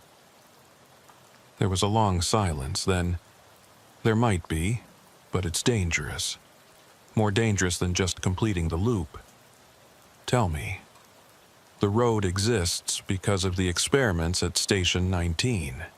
They created the fracture in reality. So, theoretically, if someone could destroy the equipment that caused the fracture, the road might collapse, might cease to exist. What equipment? Where is it? In the station, in the basement. They built a facility underground, tried to keep it secret. That's where they conducted the experiments. That's where the breach between timelines occurred. I looked at the station building. I'd been inside on my first visit, but I hadn't seen any stairs leading to a basement. Just offices and holding cells in the operations center. How do I access it? Through the holding cells. There's a panel in the floor of cell 3. Looks like part of the concrete, but it's actually a door. You need a security code to open it. 1947. The year of the original Station 7 incident. Everything connects, Mason. All these loops and fractures and impossible roads, they all connect back to Border Station 7 disappearing in that dust storm. That event created the first weak point, and every attempt to study it, to understand it, to exploit it, just made things worse. I got out of my cruiser and walked toward the station. The building was just as empty as before. Lights on, equipment running, but no people. I made my way to the holding cells. Cell 3 was at the end of the hall. I stepped inside and examined the floor. It took me several minutes to find it. A rectangular section of concrete that was slightly different in color and texture from the rest. I felt around the edges and found a small keypad, barely visible. I entered the code, 1947. The panel clicked and lifted an inch. I pulled it up fully, revealing a metal staircase descending into darkness below. I turned on my flashlight and started down. The basement was larger than I'd expected. It wasn't just a small underground room, but a full facility. Multiple rooms connected by corridors, all of them filled with equipment I didn't recognize. Monitors showing data I couldn't interpret. Machines humming with power. And at the center of it all, in a large chamber, was something that looked like it came from a science fiction movie. It was a circular platform, maybe 20 feet in diameter, surrounded by towers of equipment covered in blinking lights and displays. The air around the platform shimmered and distorted, like heat waves rising off summer asphalt. And in the center of the platform was a tear, a literal rip in space through which I could see something else. Another version of the desert, another timeline. Another Station 19, this one occupied, with Border Patrol agents moving around, going about their business, completely unaware that they could be seen through this impossible window. This was it. This was the source of the fracture, the equipment that had torn reality apart and created Border Patrol Route 19. My radio crackled again. "You found it?" "Yeah," I said. "Now what? How do I destroy it?" "You don't, not directly.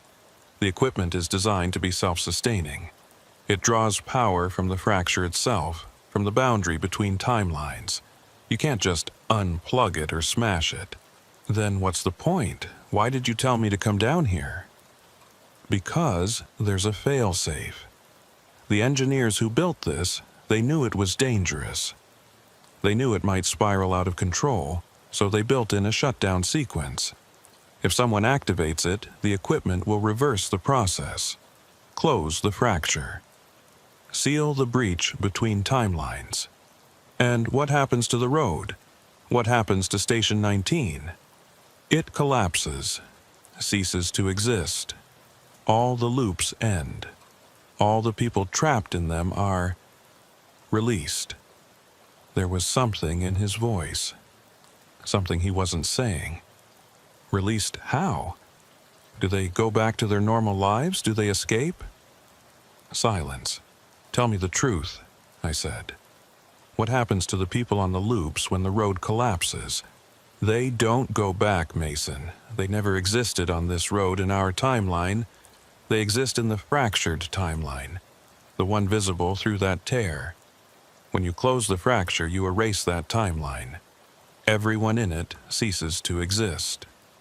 Including you, including me, including all the versions of ourselves that got trapped here, including the Border Patrol agents in that other timeline who think they're living normal lives." I stared at the tear in space, at the other Station 19 visible through it. I could see maybe a dozen people in there, living, working, completely unaware that their entire existence was a mistake, a glitch in reality. "How many people will die if I shut this down?" I asked. "I don't know. Dozens, maybe hundreds. Everyone who exists only in the fractured timeline. Everyone who got caught in the loops and couldn't escape. I can't do that. I can't kill that many people just to save myself. Then you'll stay on the loop forever." You'll drive these roads until you forget what it's like to exist anywhere else. You'll become like me, a ghost warning yourself not to make the same mistakes over and over for eternity. I looked around the chamber trying to find another option, trying to think of some way to close the fracture without erasing everyone trapped inside it. But I couldn't see one. The equipment was beyond my understanding. The science was too complex, and I was just a deputy sheriff from a small Texas county, way out of my depth. There has to be another way, I said. There isn't. I've had 15 years to think about it. 15 years trapped in this loop, driving the same roads, having the same conversations. There's only one way out, Mason, and it requires a choice you're not ready to make. I stood there for a long time, looking at that tear in reality, thinking about Jennifer, about the wedding we'd just had, about the life we were supposed to build together, about the photo in my locker showing her at my funeral. What happens if I don't shut it down? I asked. What happens if I just complete the loop and go back to my normal life? The road keeps appearing. The pull keeps getting stronger. Eventually, you'll get trapped permanently, and Jennifer will wear that black dress to your funeral, just like in the photo. Because there won't be a body to bury. Just an empty patrol car found on Miller Track with no explanation of where you went. And if I do shut it down, if I erase the fractured timeline, the road disappears. The pull stops, you go back to your normal life and never have to think about Border Patrol Route 19 again. You get to grow old with Jennifer. You get to have the life you're supposed to have. At the cost of everyone trapped in this timeline. At the cost of people who only exist because reality broke. People who were never meant to be. I closed my eyes. This was an impossible choice. Either damn myself to an eternal loop or commit mass murder to save myself. How long do I have to decide? Until 11:47. Same as always. Complete the loop or stay here forever. I checked my watch. It showed 11:39. 8 minutes. 8 minutes to decide the fate of everyone trapped in this fractured timeline. 8 minutes to choose between their lives and mine. I stood in that underground chamber, staring at the tear in reality, watching the Border Patrol agents in the other timeline go about their work. They had no idea that their entire existence was balanced on a knife's edge, that a deputy from another timeline was standing in a basement they couldn't see, contemplating whether to erase them from existence. One of them was laughing. I could see him through the tear, talking to a colleague, gesturing animatedly while telling some story. He looked happy. He looked real. Was he real? Or was he just an echo, a glitch, a mistake that needed to be corrected? 5 minutes, Mason.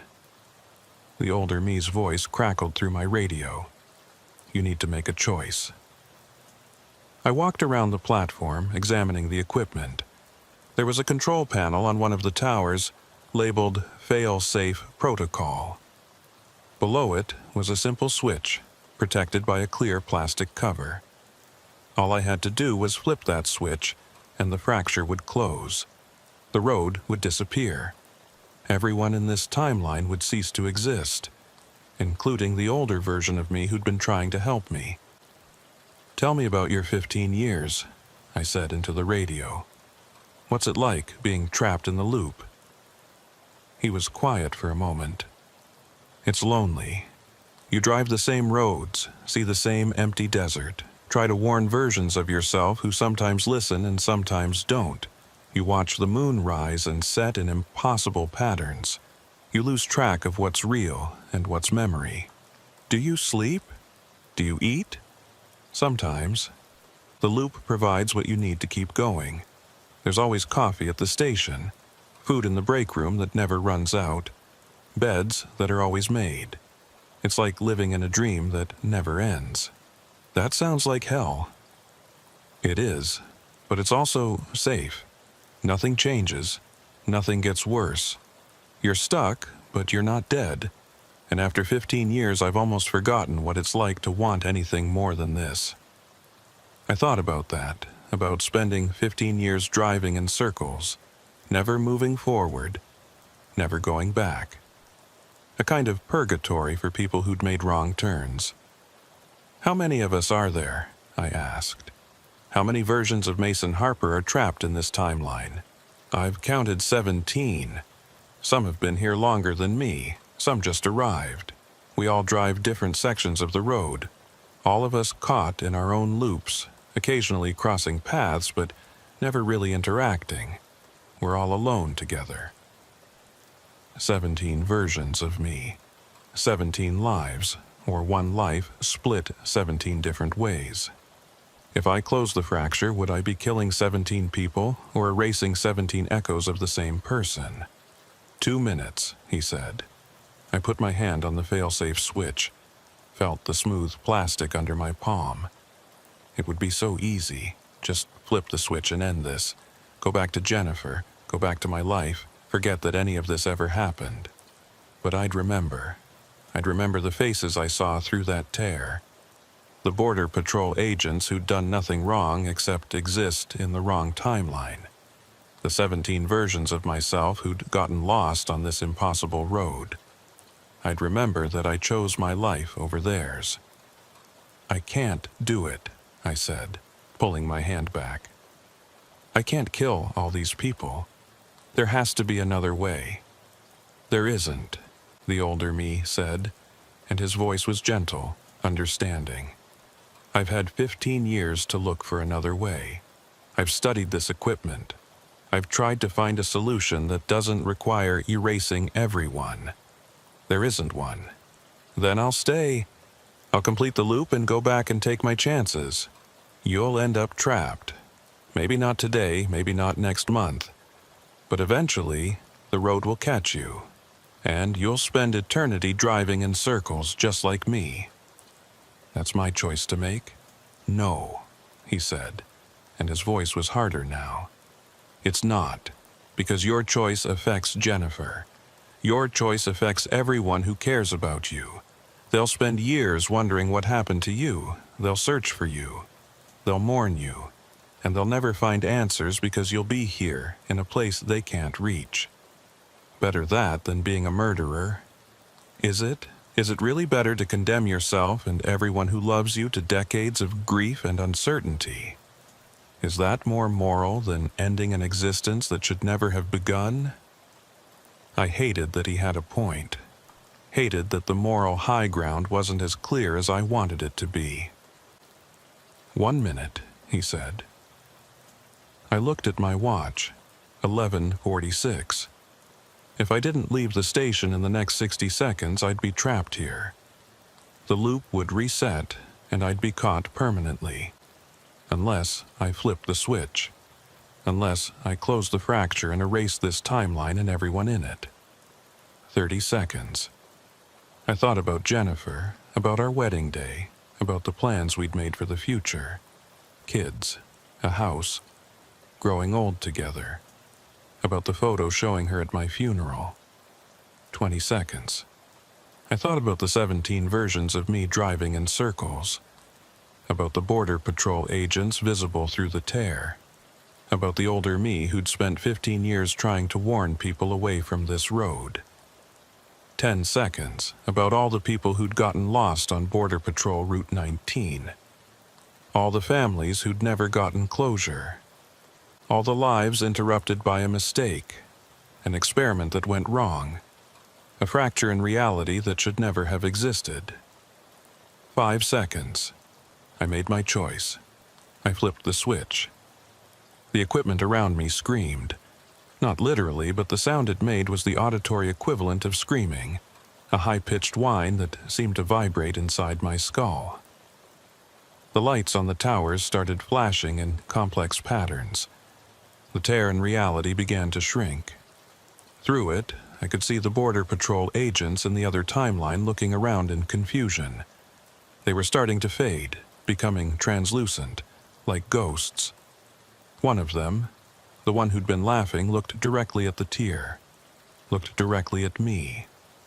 For a moment our eyes met, and I saw understanding in his face.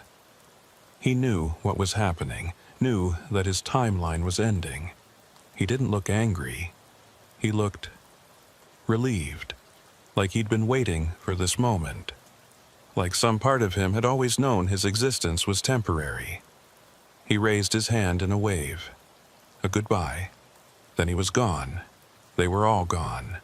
The other timeline collapsed like a soap bubble, and the tier sealed itself shut. The equipment powered down. The humming stopped. The lights went dark. And I was standing alone in a basement that suddenly felt very real and very permanent. My radio crackled one last time. "Thank you, Mason."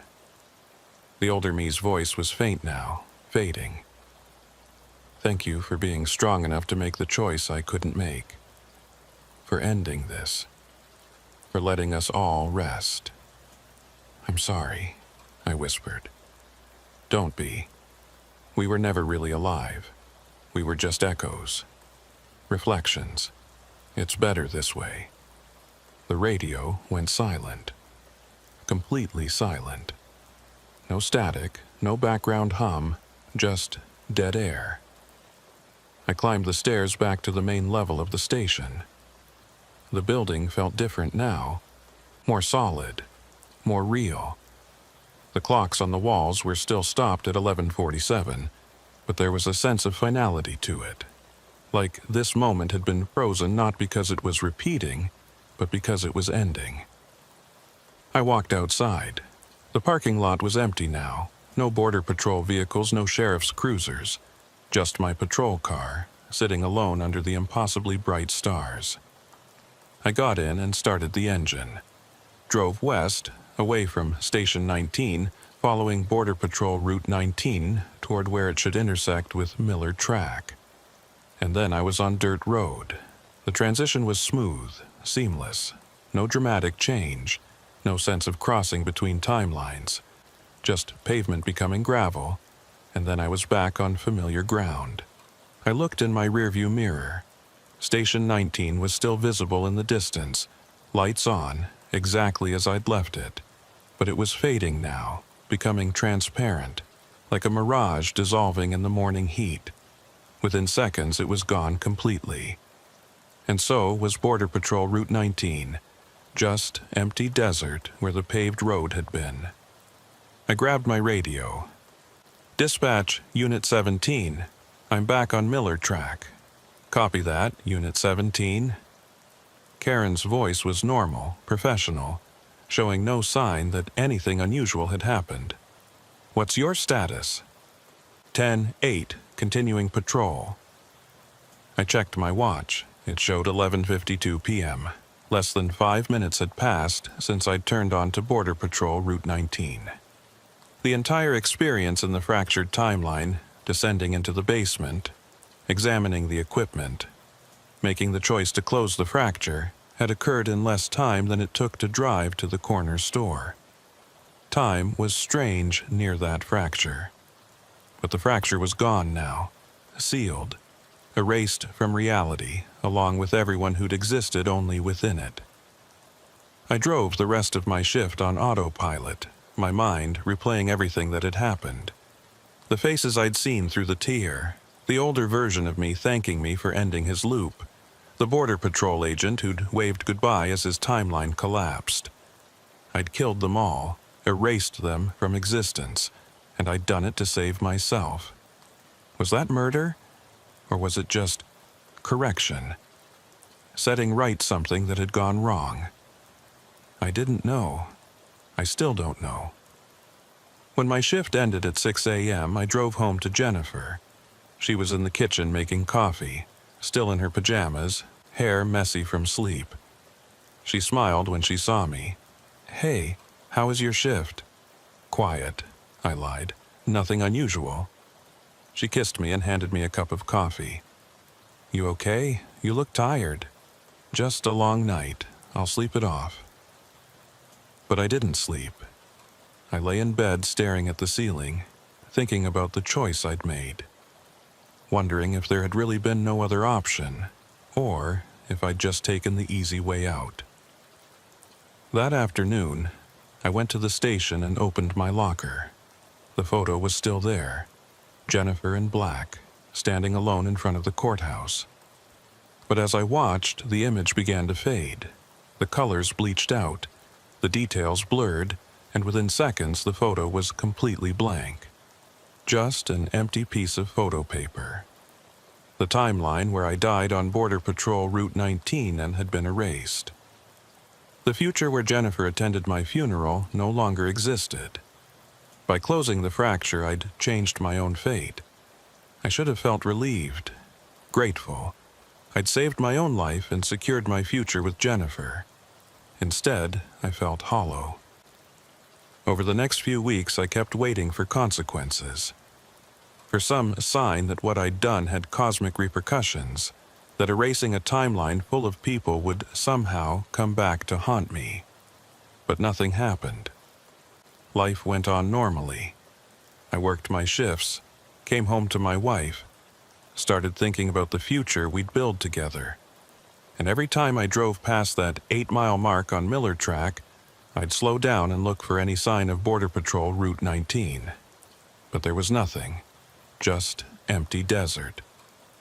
The road was truly gone. In June, Jennifer told me she was pregnant. We'd been talking about starting a family, but we'd planned to wait another year. The pregnancy was unexpected but welcome. We celebrated with dinner at the Riata, the same restaurant where we'd had our wedding dinner. As we drove home that night, Jennifer asleep in the passenger seat, her hand resting on her barely visible baby bump, I thought about the choice I'd made in that basement. The choice that had given me this future. Was it worth it? Was this life, this normal, happy, ordinary life, worth the cost of everyone who'd existed in that fractured timeline? I wanted to say yes, wanted to believe that I'd made the right choice. But I couldn't shake the memory of that Border Patrol agent waving goodbye as his existence ended. He'd looked relieved, but he'd also looked sad, like he was mourning the life he'd never really had. I wonder if he had a wife, if he had plans for kids, if he had dreams and hopes and fears just like mine. I wonder if, in that fractured timeline, there was another version of Jennifer, another pregnancy, another future that I'd erased with the flip of a switch. I'll never know.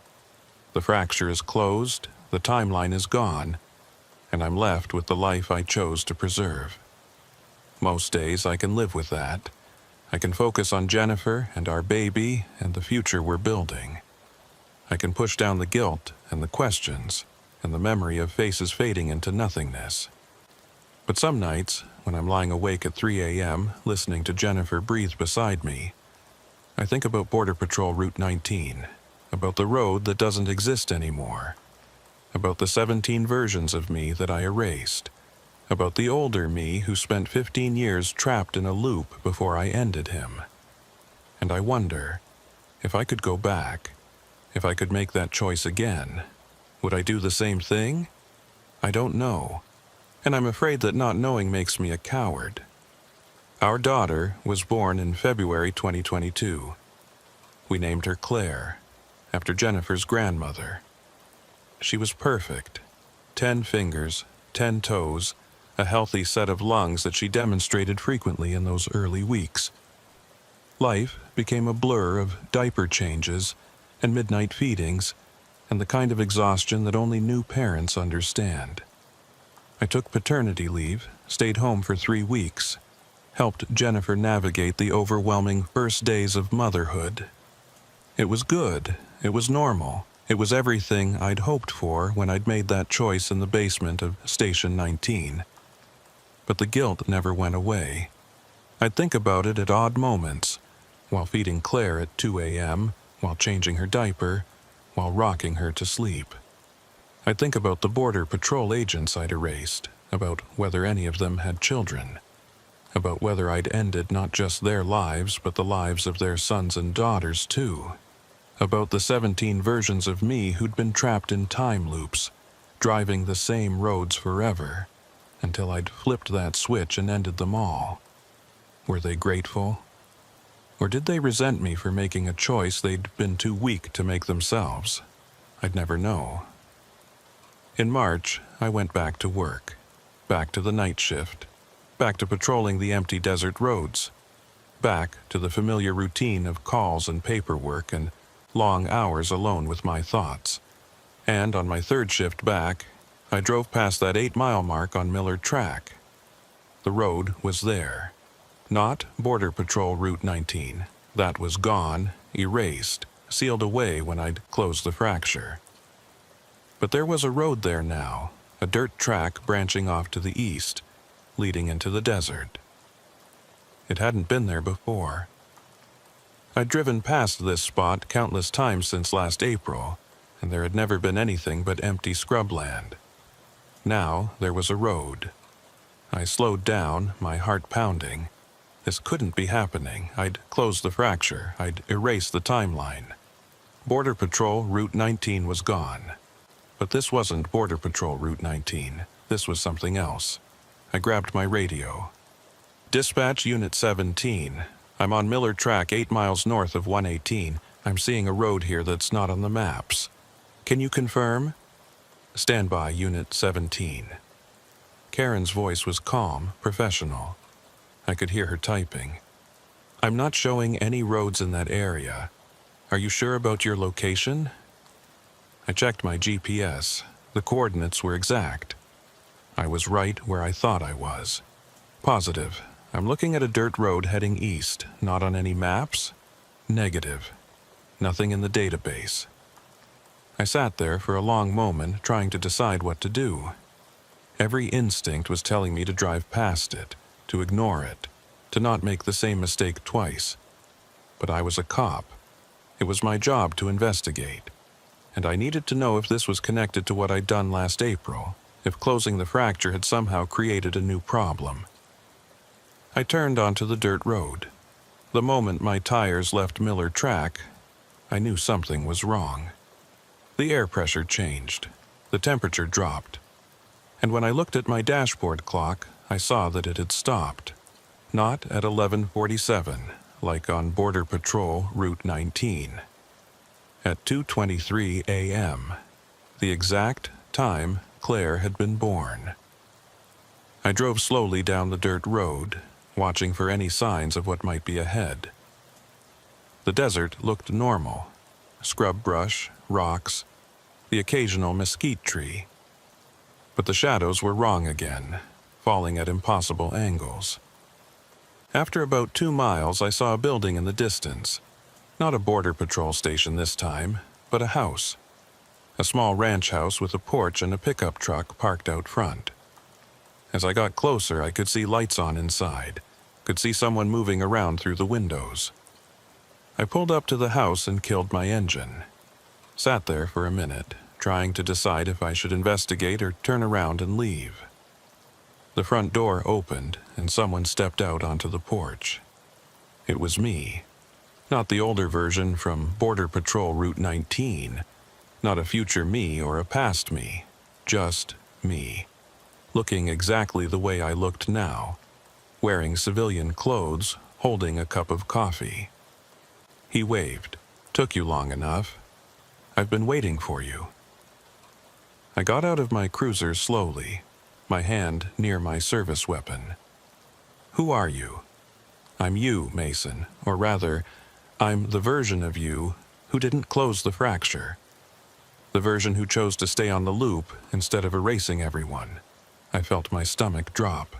That's not possible. There was only one choice. I made it. That timeline is gone. Is it? He took a sip of his coffee and leaned against the porch railing. When you close the fracture, you collapsed one timeline, but quantum mechanics suggests that every choice creates a branch. A new timeline where the opposite choice was made. You're saying there's a timeline where I didn't flip that switch? Not just one timeline, infinite timelines. In some, you closed the fracture. In others, you didn't. In some, you never found Border Patrol Route 19 in the first place. Every possible outcome exists somewhere.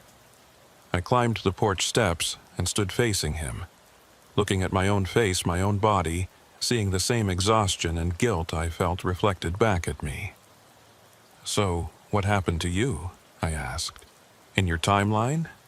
I chose not to close the fracture, chose to complete the loop and go back to my life.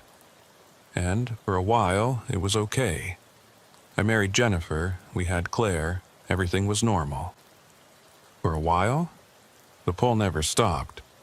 The road kept calling me back. And eventually, 6 months after Claire was born, I got trapped permanently. I've been on the loop for 3 years now, driving the same roads, living the same moments over and over. He gestured to the house behind him. This is my loop, this moment.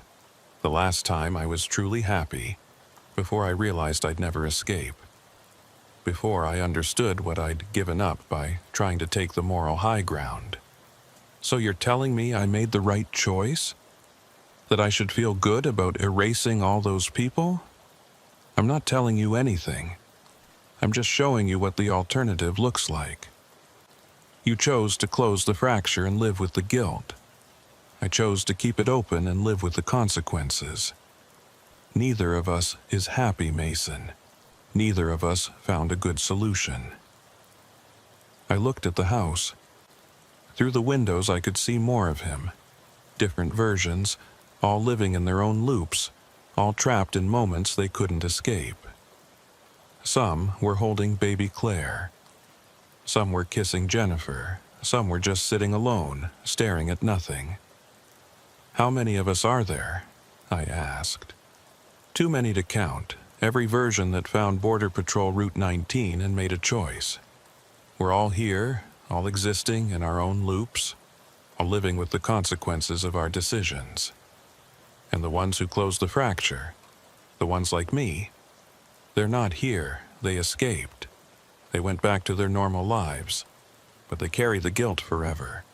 They remember what they did, and it eats at them in ways they can't explain to anyone.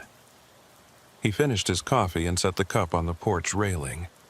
You came here looking for answers, for some way to know if you made the right choice. But there is no right choice, Mason. There's just choices and consequences. You chose to save yourself and your family at the cost of everyone in that fractured timeline. I chose to save them at the cost of my own freedom. Which is better? I don't know. Ask me again in another 3 years, or 30 years, or 300 years. Time doesn't mean much when you're living in a loop. I wanted to argue with him, to find some flaw in his logic, some reason to believe that I'd made the objectively correct choice. But I couldn't, because he was right. There was no good answer, just different types of suffering. How do I get back? I asked. The same way you got here, just drive west. This loop isn't like Border Patrol Route 19. It doesn't trap you permanently, it just shows you what might have been, what could be if you'd made different choices. Why?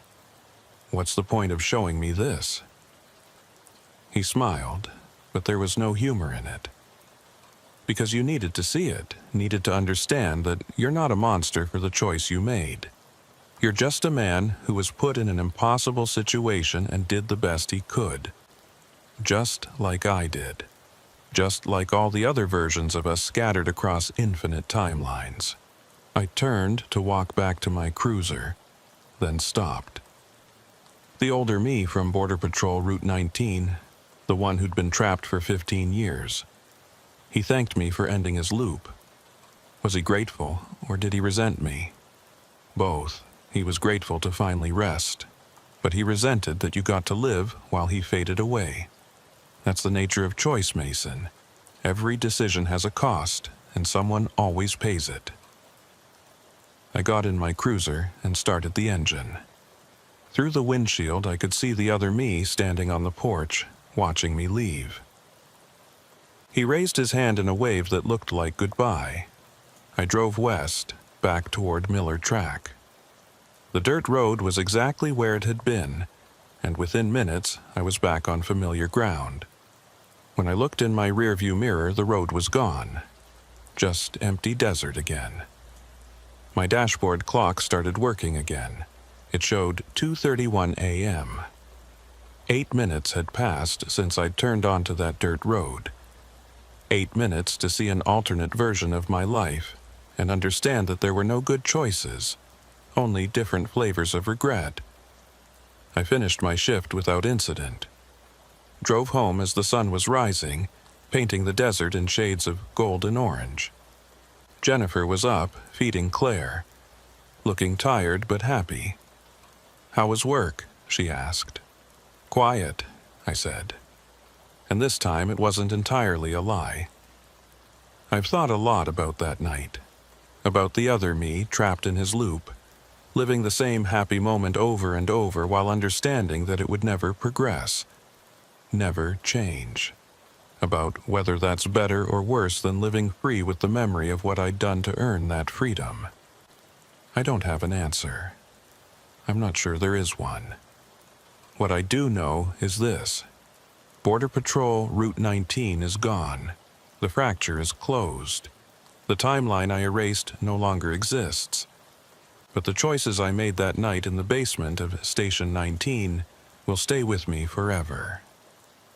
Sometimes I dream about the Border Patrol agents I saw through that tear in reality. The one who waved goodbye. The others who faded away without ever knowing why their existence was ending. I wonder if they had families, if they had dreams, if they were happy.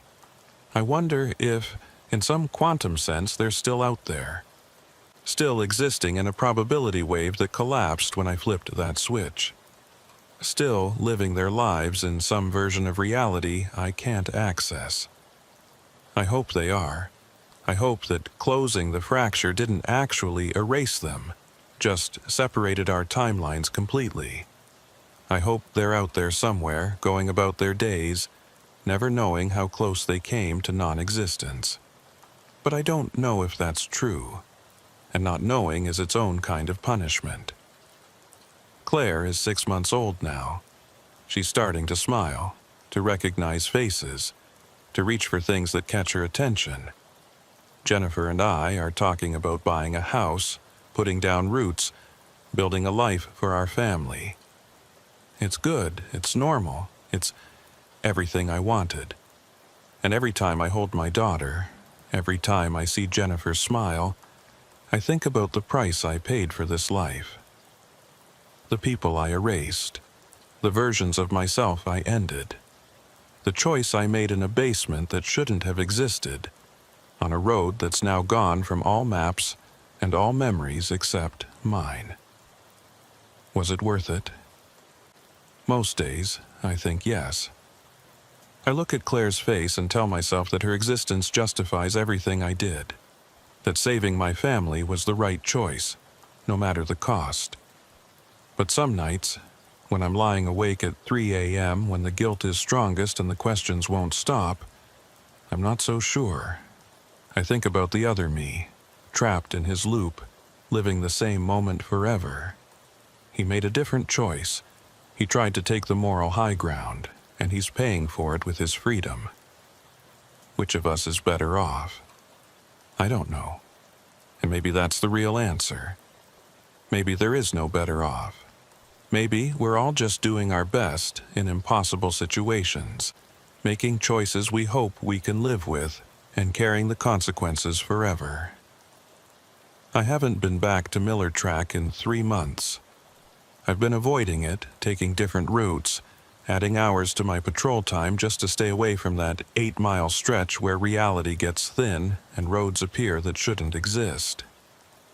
Sheriff Rollins hasn't said anything yet, but I know it's only a matter of time before he notices the pattern. Before he calls me into his office and asks why I'm avoiding a specific section of my patrol route. When that happens, I'll have to make another choice. Tell him the truth and risk sounding insane? Make up an excuse and hope he believes it? Or just accept whatever consequences come from refusing to patrol that area. I don't know what I'll choose, but I know that whatever I decide, I'll have to live with it. Just like I'm living with the choice I made in that basement. Just like all the versions of me scattered across infinite timelines are living with their choices. That's the thing about being human. About having free will. Every choice creates a branch. Every decision splits reality.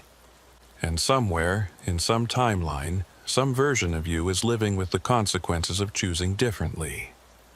I closed the fracture. I erased a timeline. I saved my family and myself. And I'll carry the weight of that choice for the rest of my life. That's my story. That's what happened when I found the patrol road that shouldn't exist. Believe it or don't, I don't care. I just hope you never find a road like that. Never have to make a choice like the one I made. Because once you've stood at that crossroads, once you've seen the branching timelines and understood the cost of every decision, you can never quite believe in simple answers again. You learn that every choice is a kind of murder. Every path taken means infinite paths not taken. Every life saved means other lives sacrificed. And you learn to live with that knowledge, carrying it like a stone in your chest, feeling its weight with every breath. That's what I learned on Border Patrol Route 19. That's what I learned in the basement of Station 19 when I flipped that switch. That's what I'm still learning every day as I watch my daughter grow and my wife smile and my life unfold exactly the way I chose. The road is gone, the fracture is closed, the timeline is erased, but the choice remains, forever. And so do I.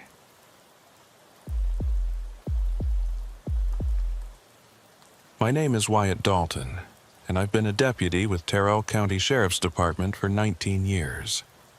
19 years of working the graveyard shift along one of the most remote stretches of the Texas-Mexico border. Out here, the night belongs to smugglers, coyotes, both the animal and human kind, and the few of us crazy enough to patrol these empty roads in the dark.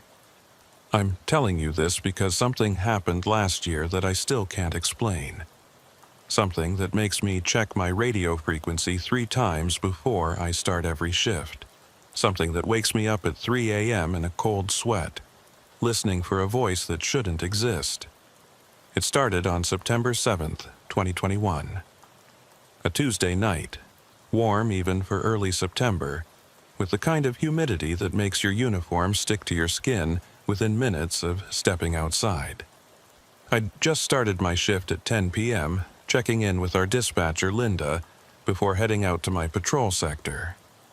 Terrell County is one of the least populated counties in Texas, fewer than 900 people spread across 2,358 square miles. My sector covered the southern half, which meant I was responsible for roughly 1,200 square miles of desert, ranch land, and empty highway. On a typical night, I might see 2 or 3 vehicles total, sometimes none. It's lonely work, but I've always preferred it that way. Less drama, fewer politics.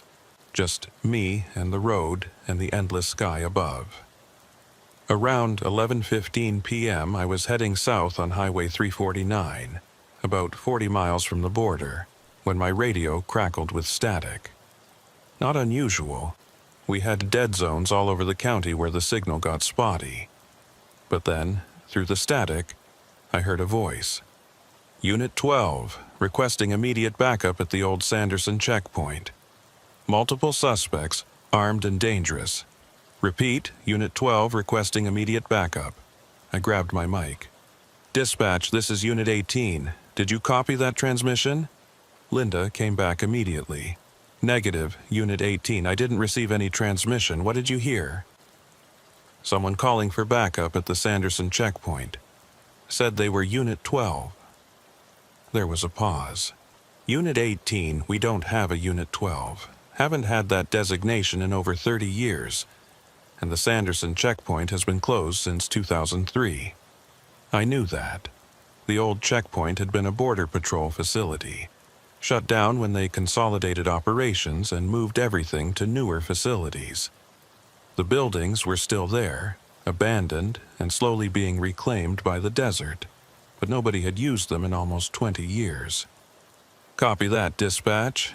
Probably just interference from another agency. Could be. I'll make a note in the log.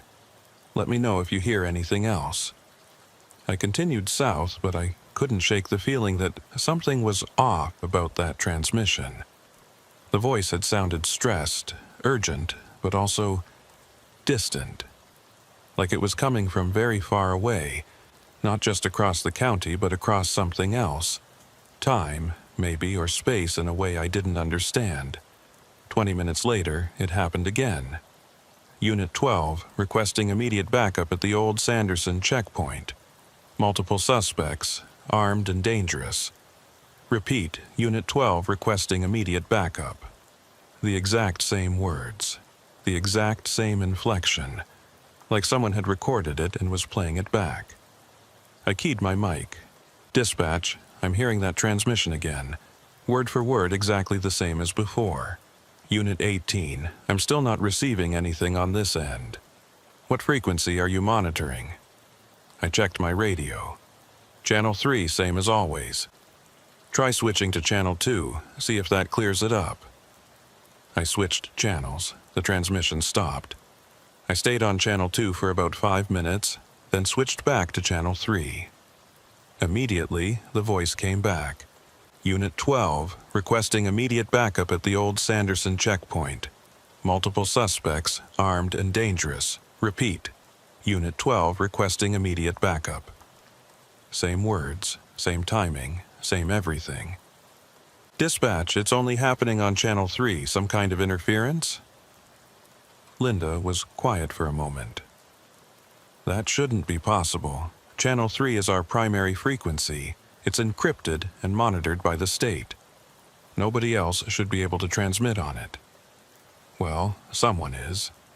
I'm going to report this to the communications supervisor. In the meantime, you can operate on Channel 2 if the interference continues.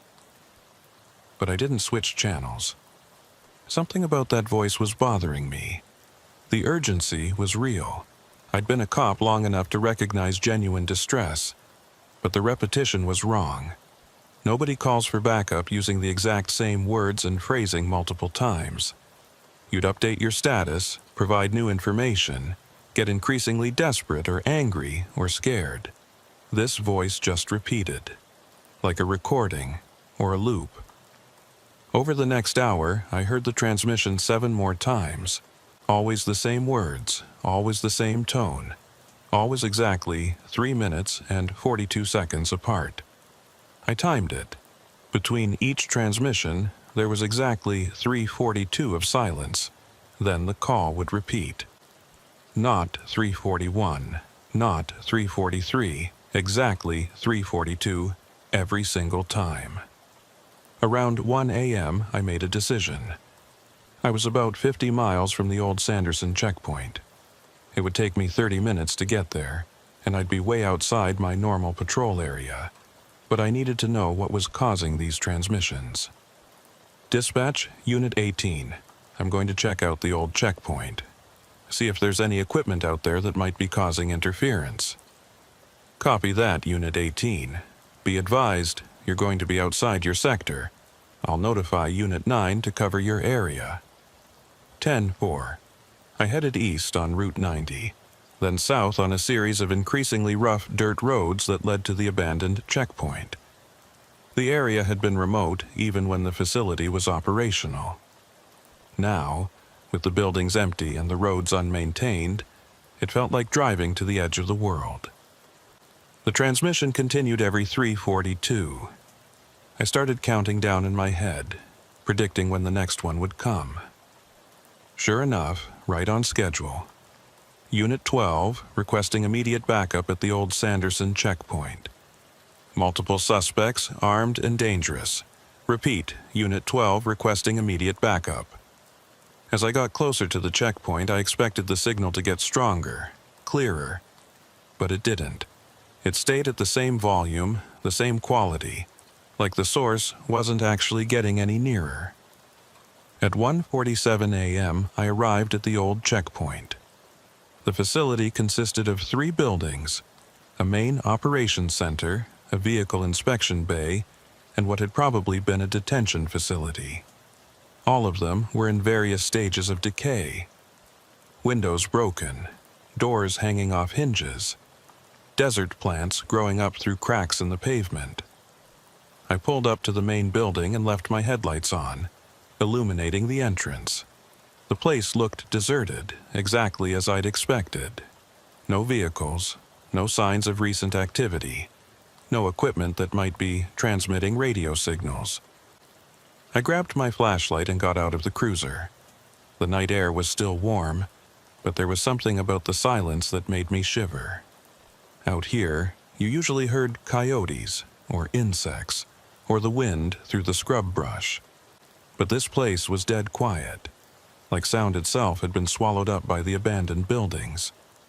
My radio crackled. Unit 12, requesting immediate backup at the old Sanderson checkpoint. Multiple suspects, armed and dangerous. Repeat, Unit 12 requesting immediate backup. The transmission was coming at the usual 3:42 intervals, but now that I was actually at the checkpoint, I could hear something else underneath the words. A sound like wind, or static, or breathing, something alive mixed in with the recording. I walked toward the main building, my flashlight beam cutting through the darkness. The door was ajar, hanging at an angle from one remaining hinge. I pushed it open and stepped inside. The interior was what you'd expect from a building that had been abandoned for almost 20 years. Dust everywhere. Debris on the floor, graffiti on the walls, old furniture overturned and broken. Nature slowly reclaiming what humans had built. But in the center of the main room, incongruous and impossible, was a radio base station. Not old equipment from 2003, but a modern unit, sitting on a desk that looked like it had been set up recently. The radio was on, lights blinking, and as I watched, it transmitted.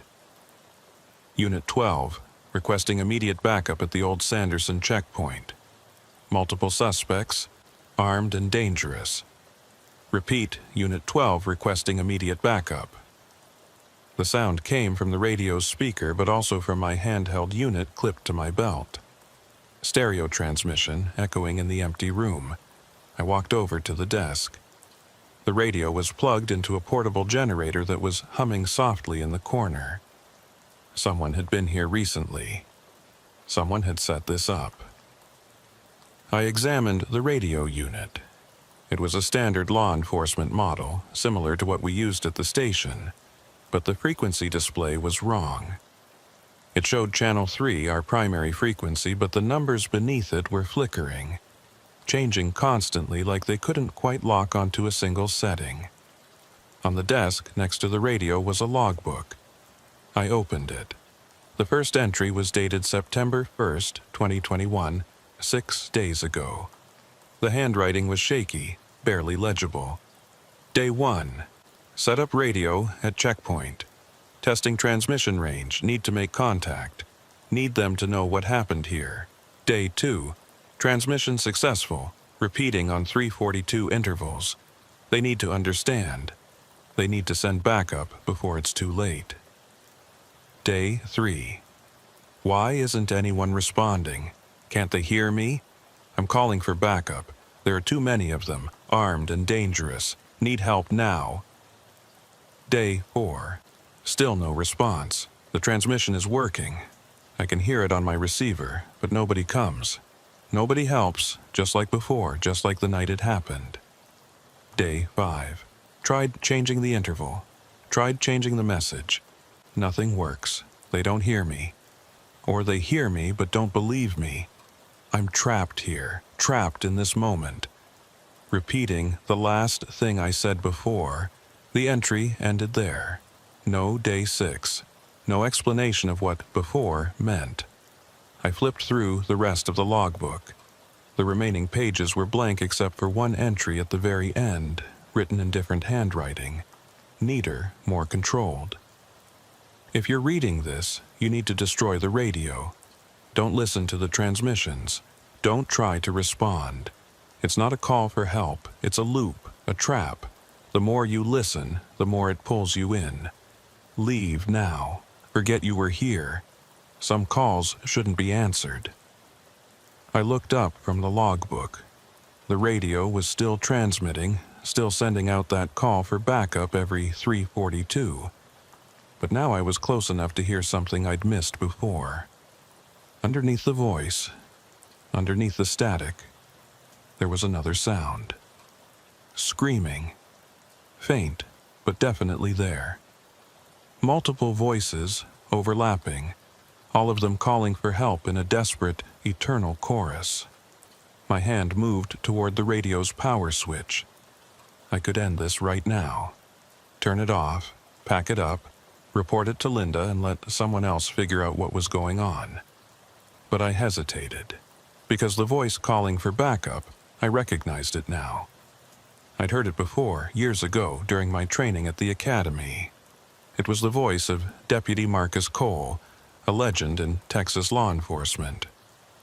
He'd worked Terrell County back in the 90s, known for his dedication, his courage, and his tragic death. Marcus Cole had died in '97 at the old Sanderson checkpoint. He'd been investigating a smuggling operation, called for backup, and been ambushed before help could arrive. They found his body 3 days later, along with evidence of a shootout. The smugglers were never caught. That was 24 years ago. And somehow, his last radio transmission was still playing. Still calling for help that would never come. Still trapped in the moment of his death, repeating forever on a frequency that shouldn't exist. I grabbed my radio. "Dispatch, Unit 18. I'm at the old checkpoint. I found the source of the interference. It's a radio unit. Appears to have been set up recently. But there's something wrong here. Something really wrong." Linda's voice came back, but it was distorted, breaking up.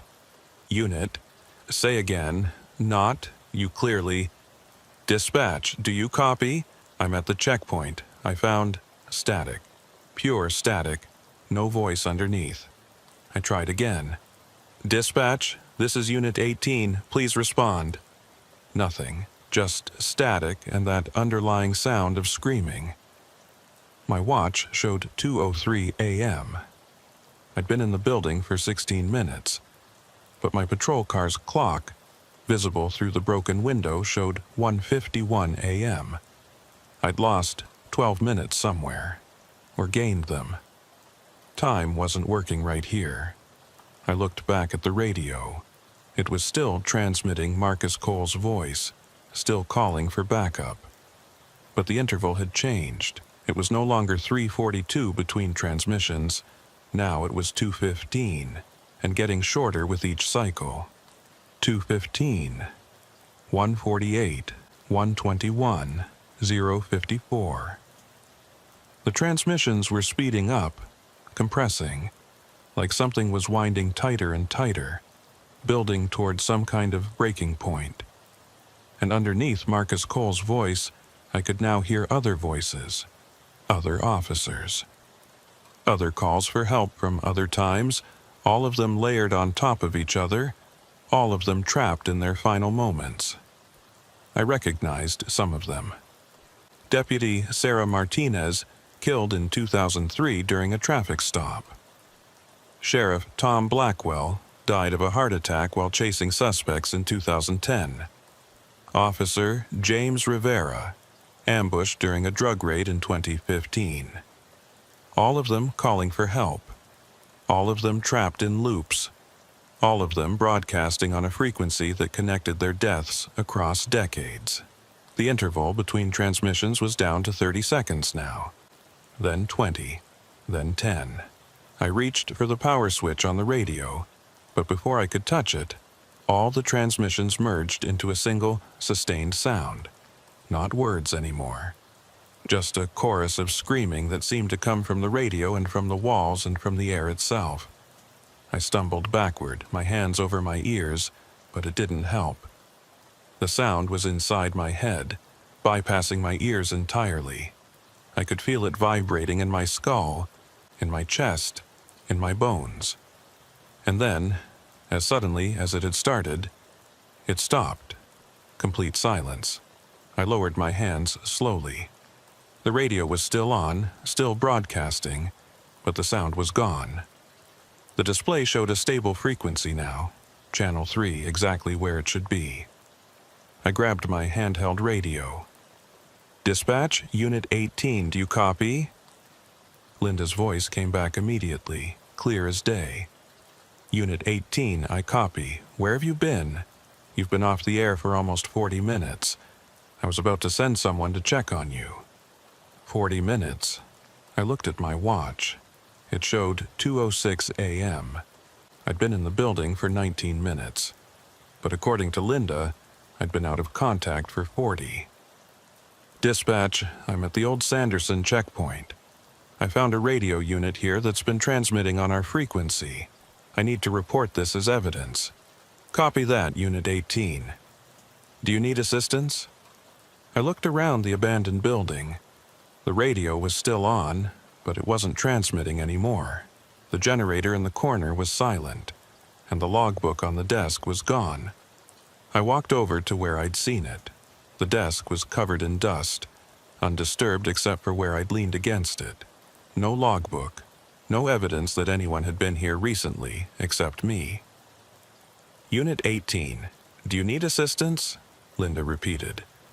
"Negative, dispatch. I'm going to secure the scene and head back. I'll file a full report when I get in." "Copy that. Be safe out there." I walked out of the building and back to my patrol car. As I drove away from the checkpoint, I kept checking my rearview mirror, half expecting to see lights in the abandoned building or some sign that I hadn't imagined the whole thing. But there was nothing, just empty desert and the ruins of a facility that had been closed for almost 20 years. For the rest of my shift, my radio stayed quiet. No transmissions from Unit 12, no calls for backup, no sounds of officers trapped in their final moments. Just normal radio traffic. Linda checking on me occasionally. The usual codes and calls that make up a quiet night in rural Texas law enforcement. But I couldn't forget what I'd heard. Couldn't forget that logbook with its warning. "It's not a call for help, it's a loop, a trap. The more you listen, the more it pulls you in." When I got home that morning, I sat in my truck for 20 minutes before going inside, trying to process what had happened. Trying to convince myself it had been exhaustion or stress or some kind of hallucination brought on by too many years of night shifts. But I knew better. I'd heard Marcus Cole's voice. I'd seen that logbook. I'd felt time slip and fold and break around that abandoned checkpoint. Something was broadcasting on our frequency. Something that shouldn't exist. Something that was calling for help from the past, trapped in a moment that never ended. And I'd listened. That was my first mistake. I didn't tell anyone about what happened at the checkpoint. How could I? What would I say? That I'd heard dead officers calling for help on a radio that shouldn't work. That I'd lost time in an abandoned building. That a logbook had appeared and disappeared like a ghost. They'd put me on psychological leave at best. Force me into early retirement at worst. So I kept it to myself. Filed a report about finding old radio equipment at the checkpoint and recommending the site be secured. Went about my regular shifts like nothing had happened. But I couldn't stop thinking about it. Every shift, I'd monitor Channel 3 listening for that transmission. For 3 weeks, there was nothing. Just normal radio traffic. But I kept waiting, kept anticipating that moment when Marcus Cole's voice would break through the static and call for backup that would never come. In late September, I started researching. Used my days off to dig through old case files, accident reports, anything I could find about law enforcement officers who'd died in Terrell County over the past 50 years. The list was longer than I expected. 12 officers killed in the line of duty since 1970. Dozens more who'd died of natural causes, accidents, or suicide. Each one had a file, a story, a final moment.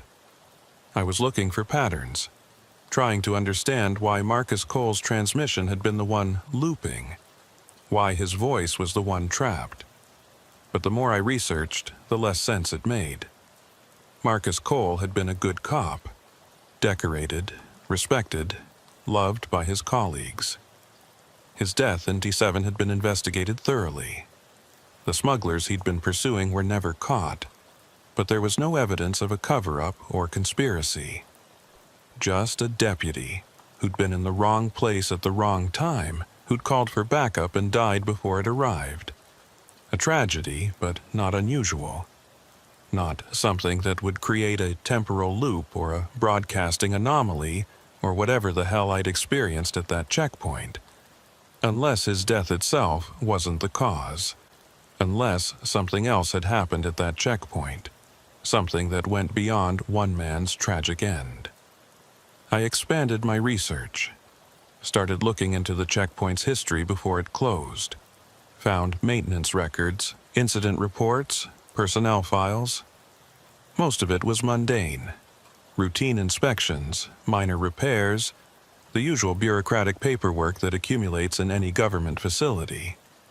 But then I found something interesting. In 2002, a year before the checkpoint closed, there had been a series of strange incidents. Equipment malfunctions. Radio interference. Officers reporting feeling disoriented or losing time while working there. Nothing dramatic enough to warrant a full investigation, but enough that the facility supervisor had filed multiple complaints with the state. Those complaints had been dismissed as equipment failure or human error. And a year later, the checkpoint was shut down as part of a broader consolidation effort. But what if it hadn't been equipment failure? What if something had been wrong with the location itself? What if the checkpoint had been built on some kind of weak spot, some place where time and space didn't quite work the way they should? I was starting to sound crazy even to myself, but I couldn't let it go. On October 3rd, almost a month after my first visit to the checkpoint, I went back. I told myself I was just doing a follow-up inspection, making sure the site was secure, documenting the old equipment before it was removed. All legitimate reasons for a deputy to visit an abandoned facility. But the truth was, I needed to know if it would happen again. If I'd hear those transmissions. If time would slip and fold the way it had before. I arrived at the checkpoint around 11 p.m. The buildings looked exactly the same, decrepit, empty, slowly collapsing under the weight of neglect. I parked in the same spot I'd used last time and sat there for a moment listening to my radio. Normal traffic. Linda checking in with other units. Nothing unusual. I got out and walked toward the main building. As I approached, I felt it. That same wrongness I'd felt last time. The air was too still, too quiet. The silence was oppressive, like the desert itself was holding its breath. I pushed open the door and stepped inside. The radio base station was still there, still in the center of the room, still connected to the generator, exactly where I'd seen it a month ago. But that was impossible. I'd reported the equipment. The county should have sent someone to remove it, unless my report had been lost or ignored or... The radio crackled to life. Unit 12, requesting immediate backup at the old Sanderson checkpoint. Multiple suspects armed and dangerous. Repeat, Unit 12 requesting immediate backup. Marcus Cole's voice. The same words, the same desperate urgency. But this time, there was something different. The voice was degraded, distorted, like an old recording that had been played too many times. Some of the words were stretched, others compressed. The timing was off. Unit, requesting, backup, checkpoint, armed, help.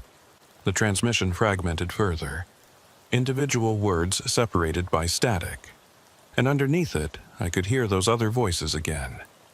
The chorus of dead officers calling for help across decades. I walked over to the radio, The display was flickering wildly, showing dozens of different frequencies scrolling through channels so fast I couldn't track them. And the power cord wasn't plugged into the generator anymore. It was just hanging loose, touching nothing. The radio was broadcasting without power. "This isn't real," I said aloud. "This can't be real." As if in response, every light in the building came on. Not the overhead fluorescents, which hadn't worked in years, but emergency lights, exit signs, even the indicator lights on ancient equipment that should have been long dead. Everything blazed to life at once, turning the dark interior into a harsh, overbright space where shadows couldn't exist. And in that light, I saw them. Figures, dozens of them, standing throughout the building. Not solid, more like after images, outlines of people superimposed on the present. Some were wearing old-style law enforcement uniforms from the 70s or 80s. Others wore more modern gear.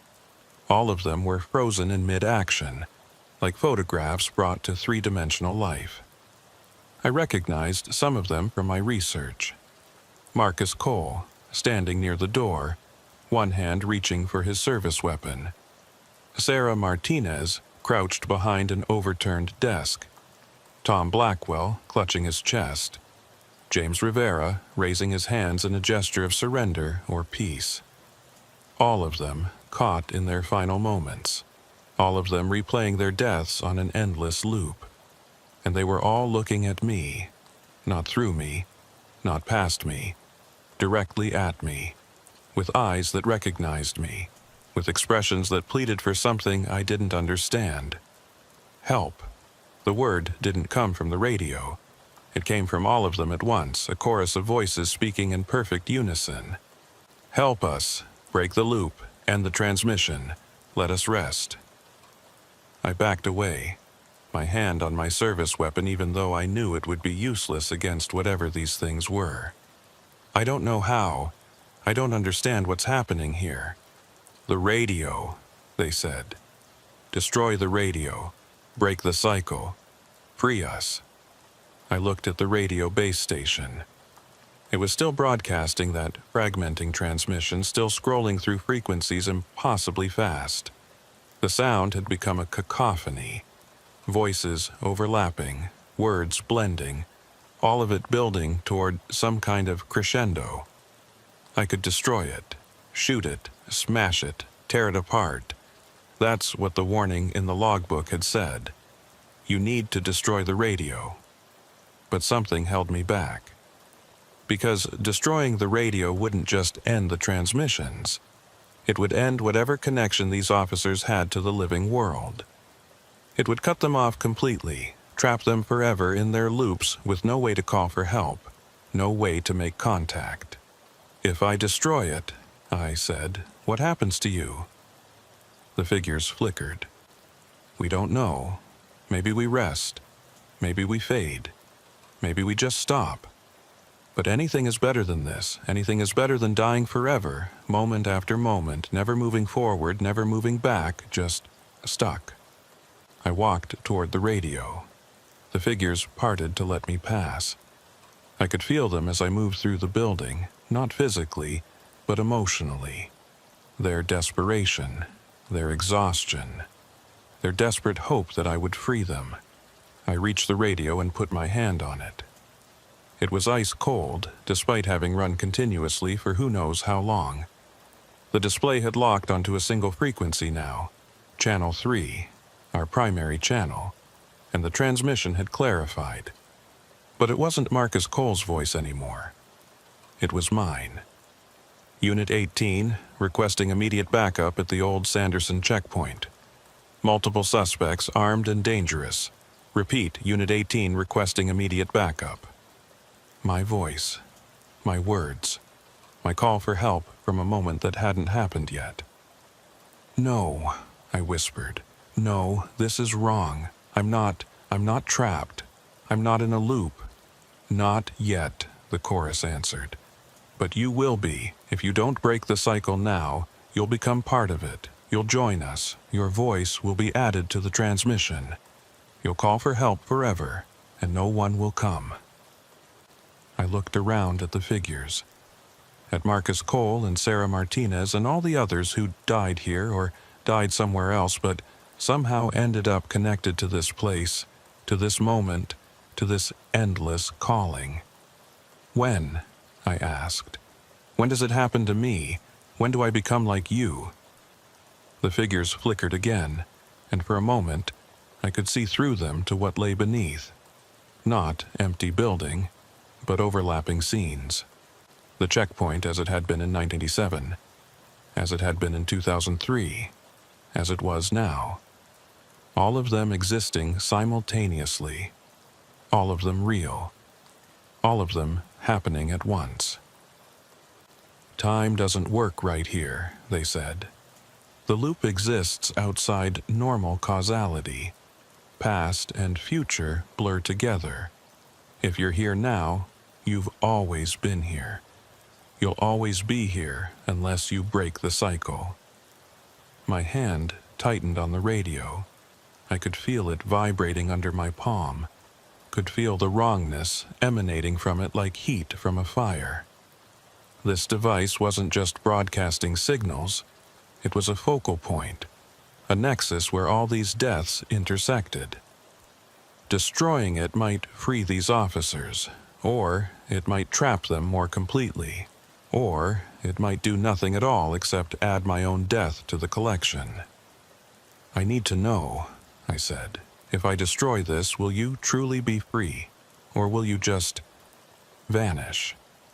The figures were silent for a long moment. Then one of them stepped forward. Marcus Cole, more solid than the others, his features clearer. I don't know, he said, and his voice was his own now, not part of the chorus. I've been calling for backup for 24 years, Deputy Dalton. 24 years of dying in this building, over and over, feeling the bullets hit, falling to the ground, bleeding out while I wait for help that never comes. I've lost count of how many times I've lived my last moments. He gestured to the other figures. We all have. Some of us have been here longer than me. Some are newer. But we're all stuck in the same place, broadcasting on the same frequency, calling for help from a world that can't hear us anymore. Why me? I asked. Why can I hear you when no one else can?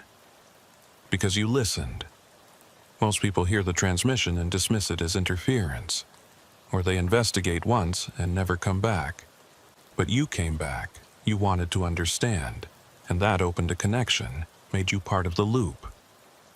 So, if I destroy the radio, I condemn myself. If I don't, I condemn all of you to keep suffering. Marcus shook his head. No, if you destroy the radio, you might save yourself, might break the connection before it's too late. But you'll leave us here, trapped forever. And the next person who comes, the next officer who hears the transmission and wants to help, they'll face the same choice you're facing now. Then what do I do? He smiled, but it was sad, resigned. That's not for me to tell you. I made my choice 24 years ago when I came to this checkpoint alone, when I called for backup and tried to be a hero. You have to make yours. The lights in the building began to flicker. The figures started to fade. And my radio, my handheld unit clipped to my belt, began broadcasting. Unit 18 requesting immediate backup at the old Sanderson checkpoint. Multiple suspects armed and dangerous. Repeat, Unit 18 requesting immediate backup. My voice, my call for help, already broadcasting, already trapped in the loop even though I was still standing here, still alive, still real. The transmission repeated, and with each repetition, I felt something pulling at me. Like invisible hooks in my chest, tugging me toward that base station radio, toward the nexus of all these deaths. I had seconds to decide. Destroy the radio or become part of it. Save myself or try to save the others. I made my choice. I drew my service weapon and fired 6 rounds into the radio base station. The shots were deafening in the enclosed space. The radio exploded in a shower of sparks and shattered plastic. The display went dark. The transmission cut off mid-word, and the figures vanished. Not gradually, not fading away, just gone, like someone had flipped a switch. The lights went out, plunging the building back into darkness. I stood there in the silence, my ears ringing from the gunshots, my gun still raised, breathing hard. My handheld radio crackled. Unit 18, we heard shots fired. What's your status? Linda's voice. Normal, present, real. I holstered my weapon with shaking hands. Unit 18, 10-4. I'm okay. Had to destroy some equipment. False alarm. Everything's under control. Copy that. Do you need backup? I almost laughed. Backup. That's what had started all of this. Officers calling for backup, dying while they waited, getting trapped in loops that repeated their final moments forever.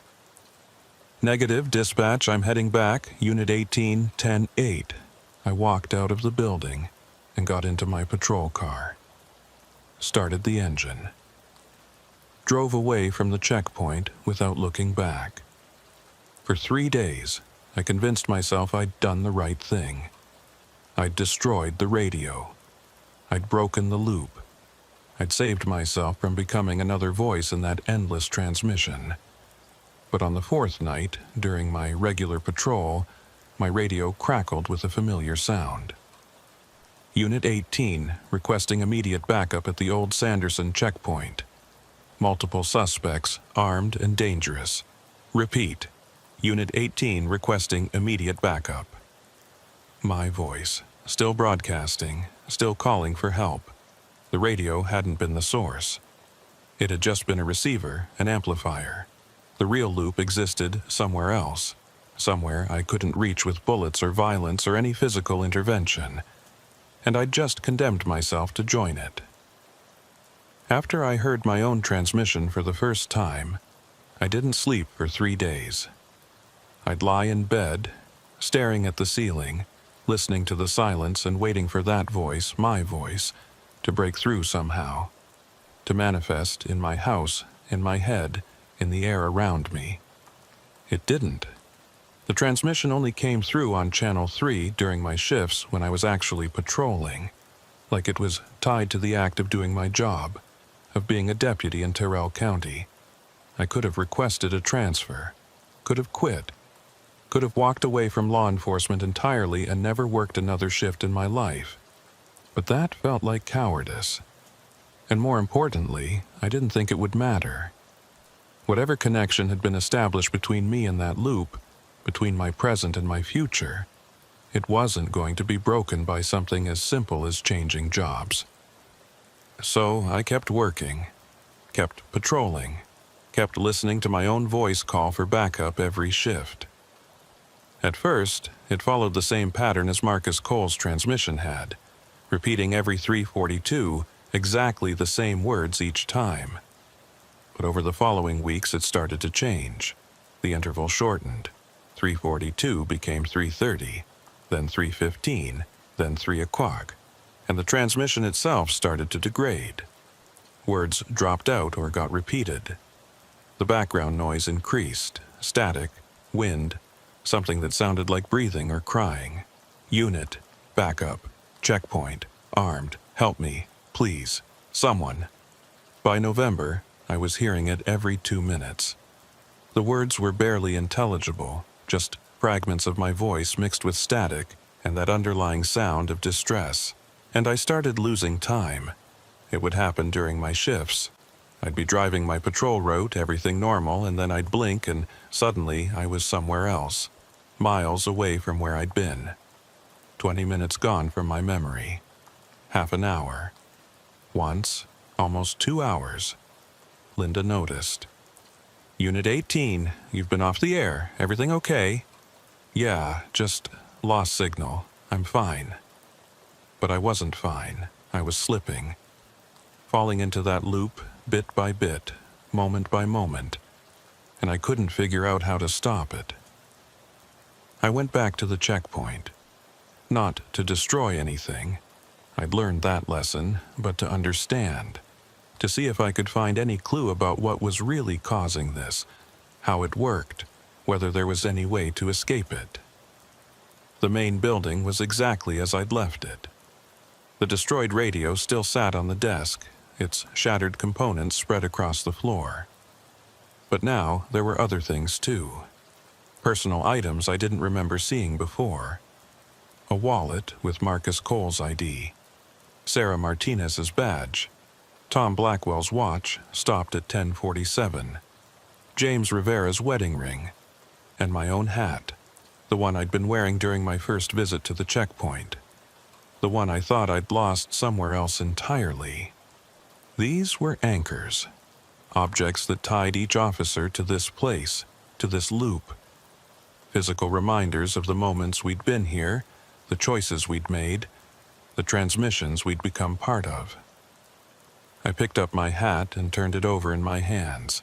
It felt normal, solid, real, but somehow it had crossed from my timeline into this place, this nexus of deaths and loops and trapped moments. How long before the rest of me followed?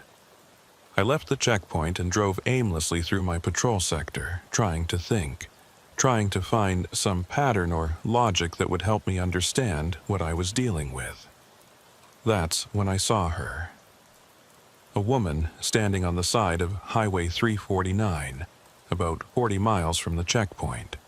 She was wearing a dress that looked like it was from the 1970s, her hair styled in an outdated fashion. She was waving at me, flagging me down. I pulled over. Standard procedure. If someone's in distress on a rural highway, you stop and help. I got out of my cruiser. "Ma'am, are you okay? Do you need assistance?" She looked at me with eyes that were wrong somehow. Too bright. Too aware. Like she could see through me to something beneath.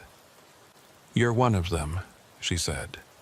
"One of the officers from the checkpoint. Ma'am, I need you to..." I was like you once, tried to help, listened to the transmissions, wanted to understand. She stepped closer.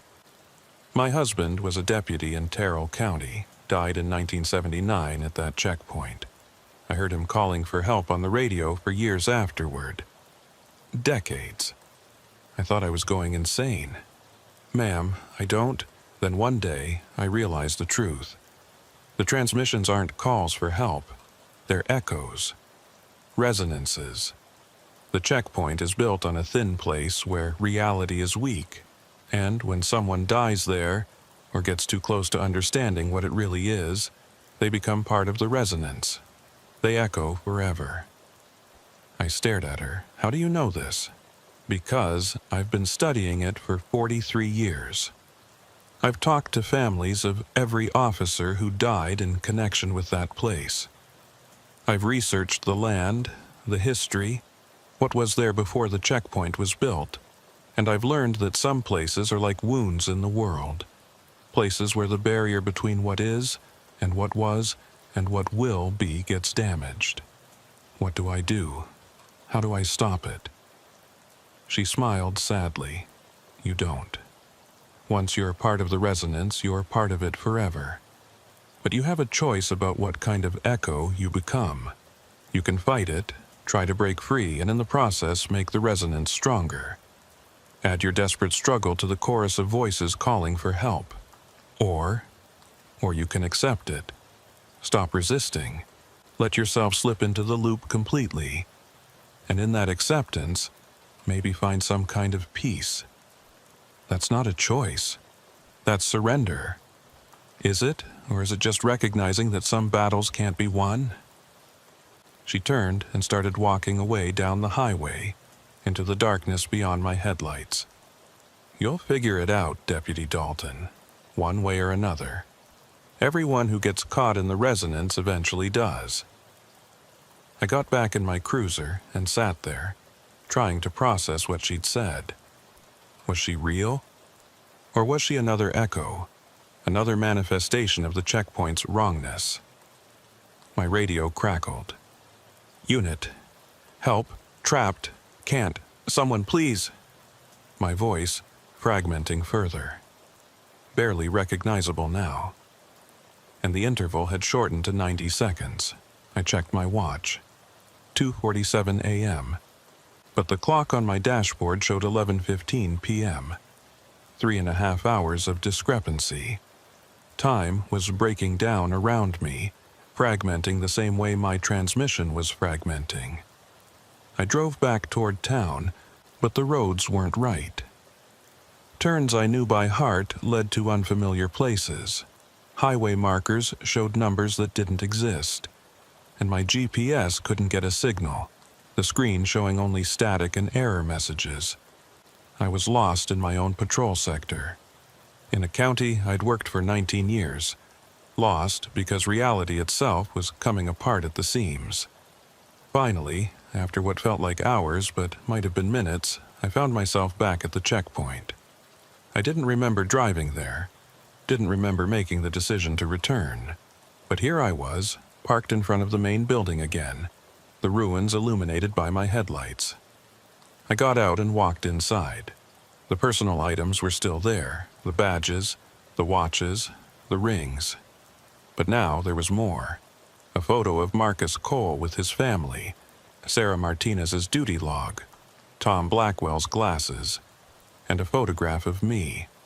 Not one I recognized, but definitely me, standing in this exact building, looking directly at the camera, my expression somewhere between fear and resignation.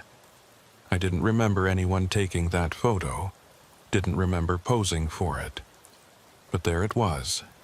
Proof that I'd been here before, or would be here again, or was here right now in some timeline that overlapped with this moment. The radio, the destroyed radio I'd shot weeks ago, was working again, whole and undamaged, sitting on the desk, broadcasting. But it wasn't broadcasting my transmission anymore. It was broadcasting silence. Not empty airwaves. Not static. But a specific heavy silence. The kind of silence that exists in the moment after a death. After the last breath. After the final heartbeat. The silence of ending. I walked over to the radio and put my hand on it. It was warm now, alive with some kind of energy. And when I touched it, I could feel them. All the officers who'd died here, who'd been trapped in their loops, who'd been calling for help across decades. They weren't calling anymore. They were waiting. Waiting for me to make my final choice. Fight or accept. Struggle or surrender. Become another desperate voice in the chorus. Or become something else. Something quieter. Something that had stopped resisting. I stood there for a long time, my hand on that radio, feeling the weight of all those deaths pressing down on me, feeling the pull of the loop, the gravity of that resonance trying to drag me down into it completely. And I realized something. The woman on the highway had been wrong. There wasn't just two choices. There was a third option. Not fighting, not surrendering. Understanding. I sat down at the desk with the radio and started examining it properly for the first time. Not as something to destroy or fear, but as a tool. A device that was doing something impossible, and maybe if I understood how it worked, I could understand how to use it differently. The radio was broadcasting on Channel 3, our primary frequency. But when I looked at the internal settings, I could see that it was actually transmitting on dozens of frequencies simultaneously. Hundreds, maybe. All of them overlapping. All of them creating interference patterns that shouldn't be possible with standard radio technology. It wasn't just a radio. It was some kind of resonance amplifier. It was taking something that existed naturally, the echoes of deaths, the weak spots in time, and broadcasting them, making them louder, making them impossible to ignore. But what if the amplification could work in reverse? What if instead of making the echoes louder, I could use the radio to dampen them, to quiet the resonance rather than amplify it? I started adjusting the settings. Not randomly, but carefully, watching how each change affected the broadcast, the frequency range, the power output, the modulation. As I worked, I became aware of presences in the room. The figures were back: Marcus Cole, Sarah Martinez, all the others. But they weren't as clear as before. They were fading, becoming more transparent with each adjustment I made to the radio. "What are you doing?" Marcus asked.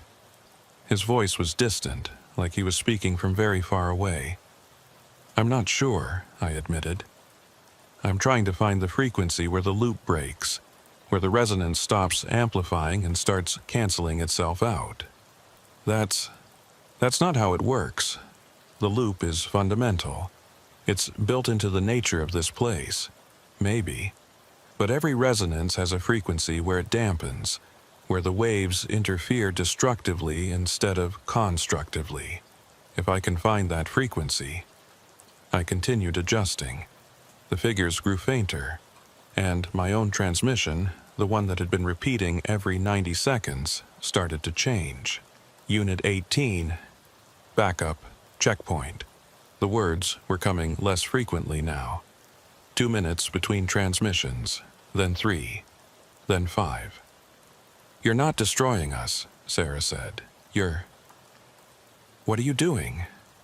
"I'm lowering the volume," I said, "making it so the echoes are still there but quieter. So they don't trap people, so they don't pull in new officers and add them to the loop. Will we still exist?" "I think so.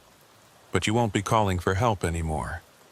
You'll just be memories, whispers, the kind of thing people might hear in the wind or in the static, but not something that traps them." The figures looked at each other. I couldn't read their expressions anymore. They were too faded, too far from reality. But I sensed something like relief. "That's acceptable," Marcus said finally. "Better than ending. Better than continuing to scream forever." I kept adjusting.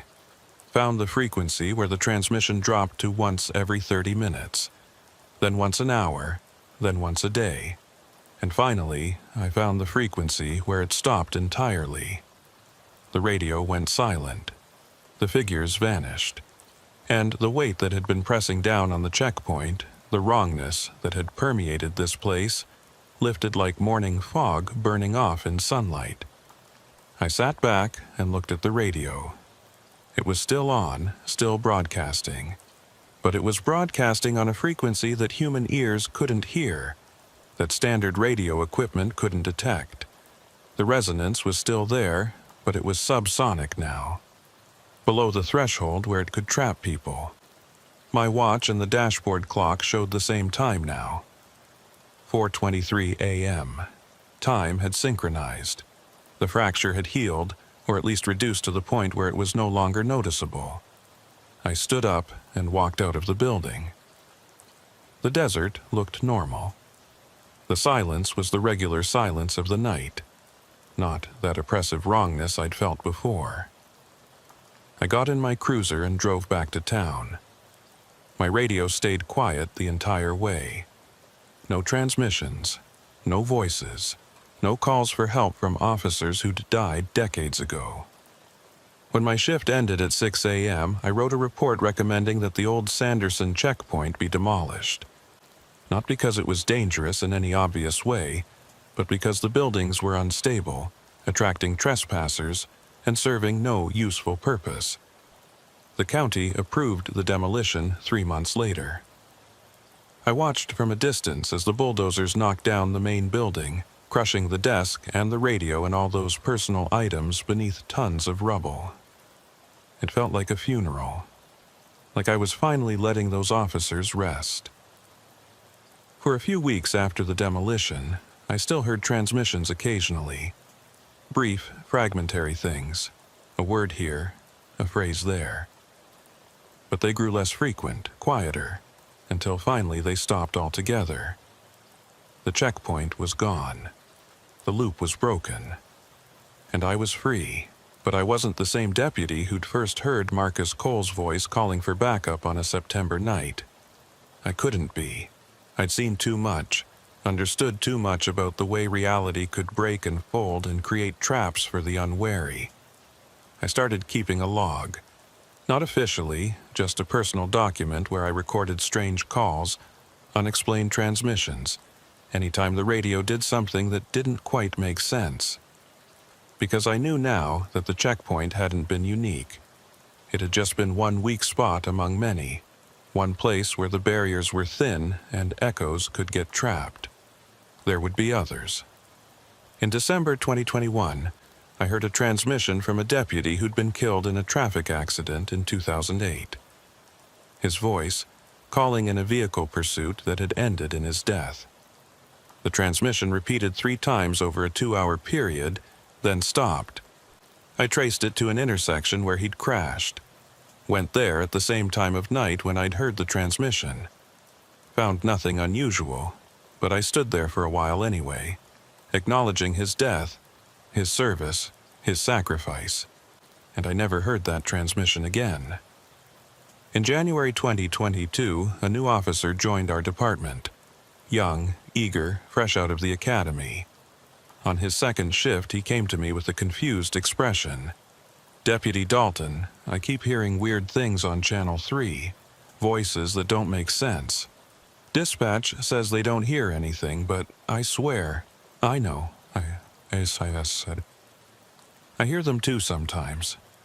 Radio interference, atmospheric conditions. It's normal in rural areas like this. Are you sure? Because it sounds like someone calling for help." I looked at him for a long moment. Saw the same curiosity I'd felt, the same desire to help, the same impulse to investigate that had led me to the checkpoint. And I made a decision. "Listen to me carefully," I said. "Sometimes, on quiet nights, you'll hear things on the radio that don't make sense. Calls that don't get logged. Voices asking for help. Your instinct will be to investigate, to figure out what's going on, to help whoever's calling. Isn't that our job? Yes, but some calls shouldn't be answered. Some people are beyond our help, no matter how much we want to help them. If you hear a transmission that seems off, wrong time, wrong location, wrong frequency, you log it, you note it, but you don't chase it. You understand?" He looked uncertain. "That doesn't seem right. Ignoring calls for help. I'm not saying ignore them. I'm saying recognize when a call is coming from somewhere you can't reach, somewhere outside your jurisdiction, outside your time, outside the reality where you can actually help." "I don't understand." "You will," I said, "eventually. Just promise me that if you hear something strange, something that makes you want to investigate an abandoned place or follow a voice into the darkness, you'll talk to me first. Before you do anything, promise me that." He promised. I don't know if he'll keep that promise when the time comes. I don't know if anyone really can. The impulse to help is strong in people who become cops. It's why we take the job in the first place. But maybe if I can catch the next one early enough, I can show them how to dampen the resonance instead of amplifying it, how to quiet the echoes instead of adding their own voice to the chorus. It's been almost a year since I first heard Marcus Cole's transmission. A year since I found that checkpoint and realized that reality was thinner than I'd ever imagined. That death could create echoes that lasted decades. That trying to help could trap you in the very thing you were trying to escape. I still work the night shift. Still patrol the empty roads of Terrell County. Still monitor Channel 3, listening for those transmissions that shouldn't exist. But I'm not afraid anymore. Because I understand now. The voices aren't trying to trap people. They're not malicious or evil. They're just echoes, resonances, the afterimage of moments that were so intense, so desperate, so filled with the human need for help that they left permanent impressions on reality itself. Like footprints in wet concrete that hardened before anyone could smooth them out. My job now is to find those footprints and smooth them out before someone else trips over them. to quiet the resonances before they can trap new officers in new loops. It's lonely work. I can't tell anyone what I'm really doing or why. Can't explain that I'm not just patrolling for smugglers and criminals, but for temporal anomalies and broadcasting echoes.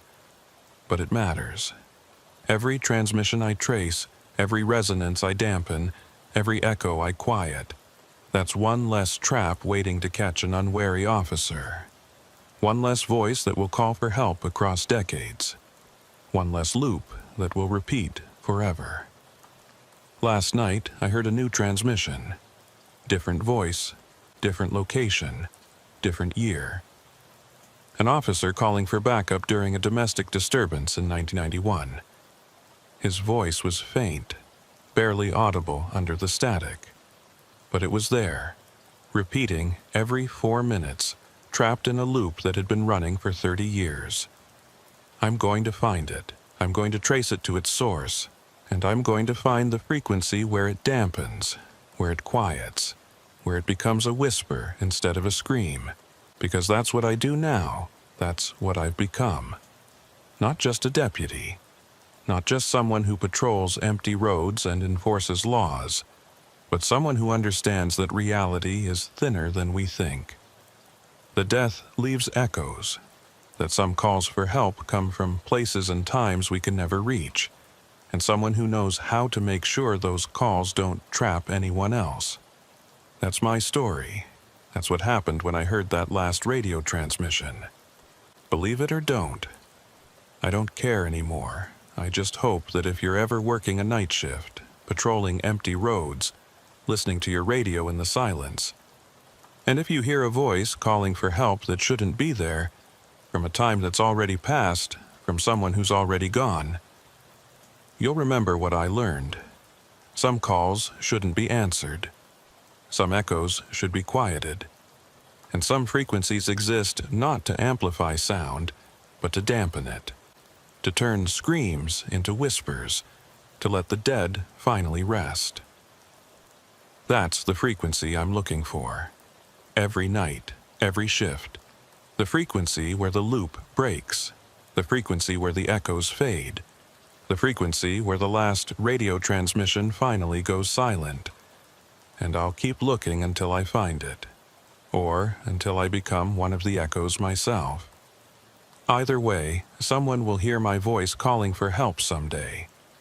Repeating on a frequency that shouldn't exist. Trapped in a loop that spans decades. And I hope, I truly hope, that whoever hears it will know what to do. Will know how to find the frequency where it quiets. Will know how to let me rest. Until then, I'll keep working, keep listening, keep dampening the resonances one by one. Because out here, in the darkness between radio signals, in the silence between transmissions, in the empty spaces of the night, that's where the echoes live. That's where the dead keep calling. That's where reality is thinnest and the barriers are weakest and the past bleeds through into the present. And someone has to stand guard, someone has to listen, someone has to know how to make the voices stop. That someone is me.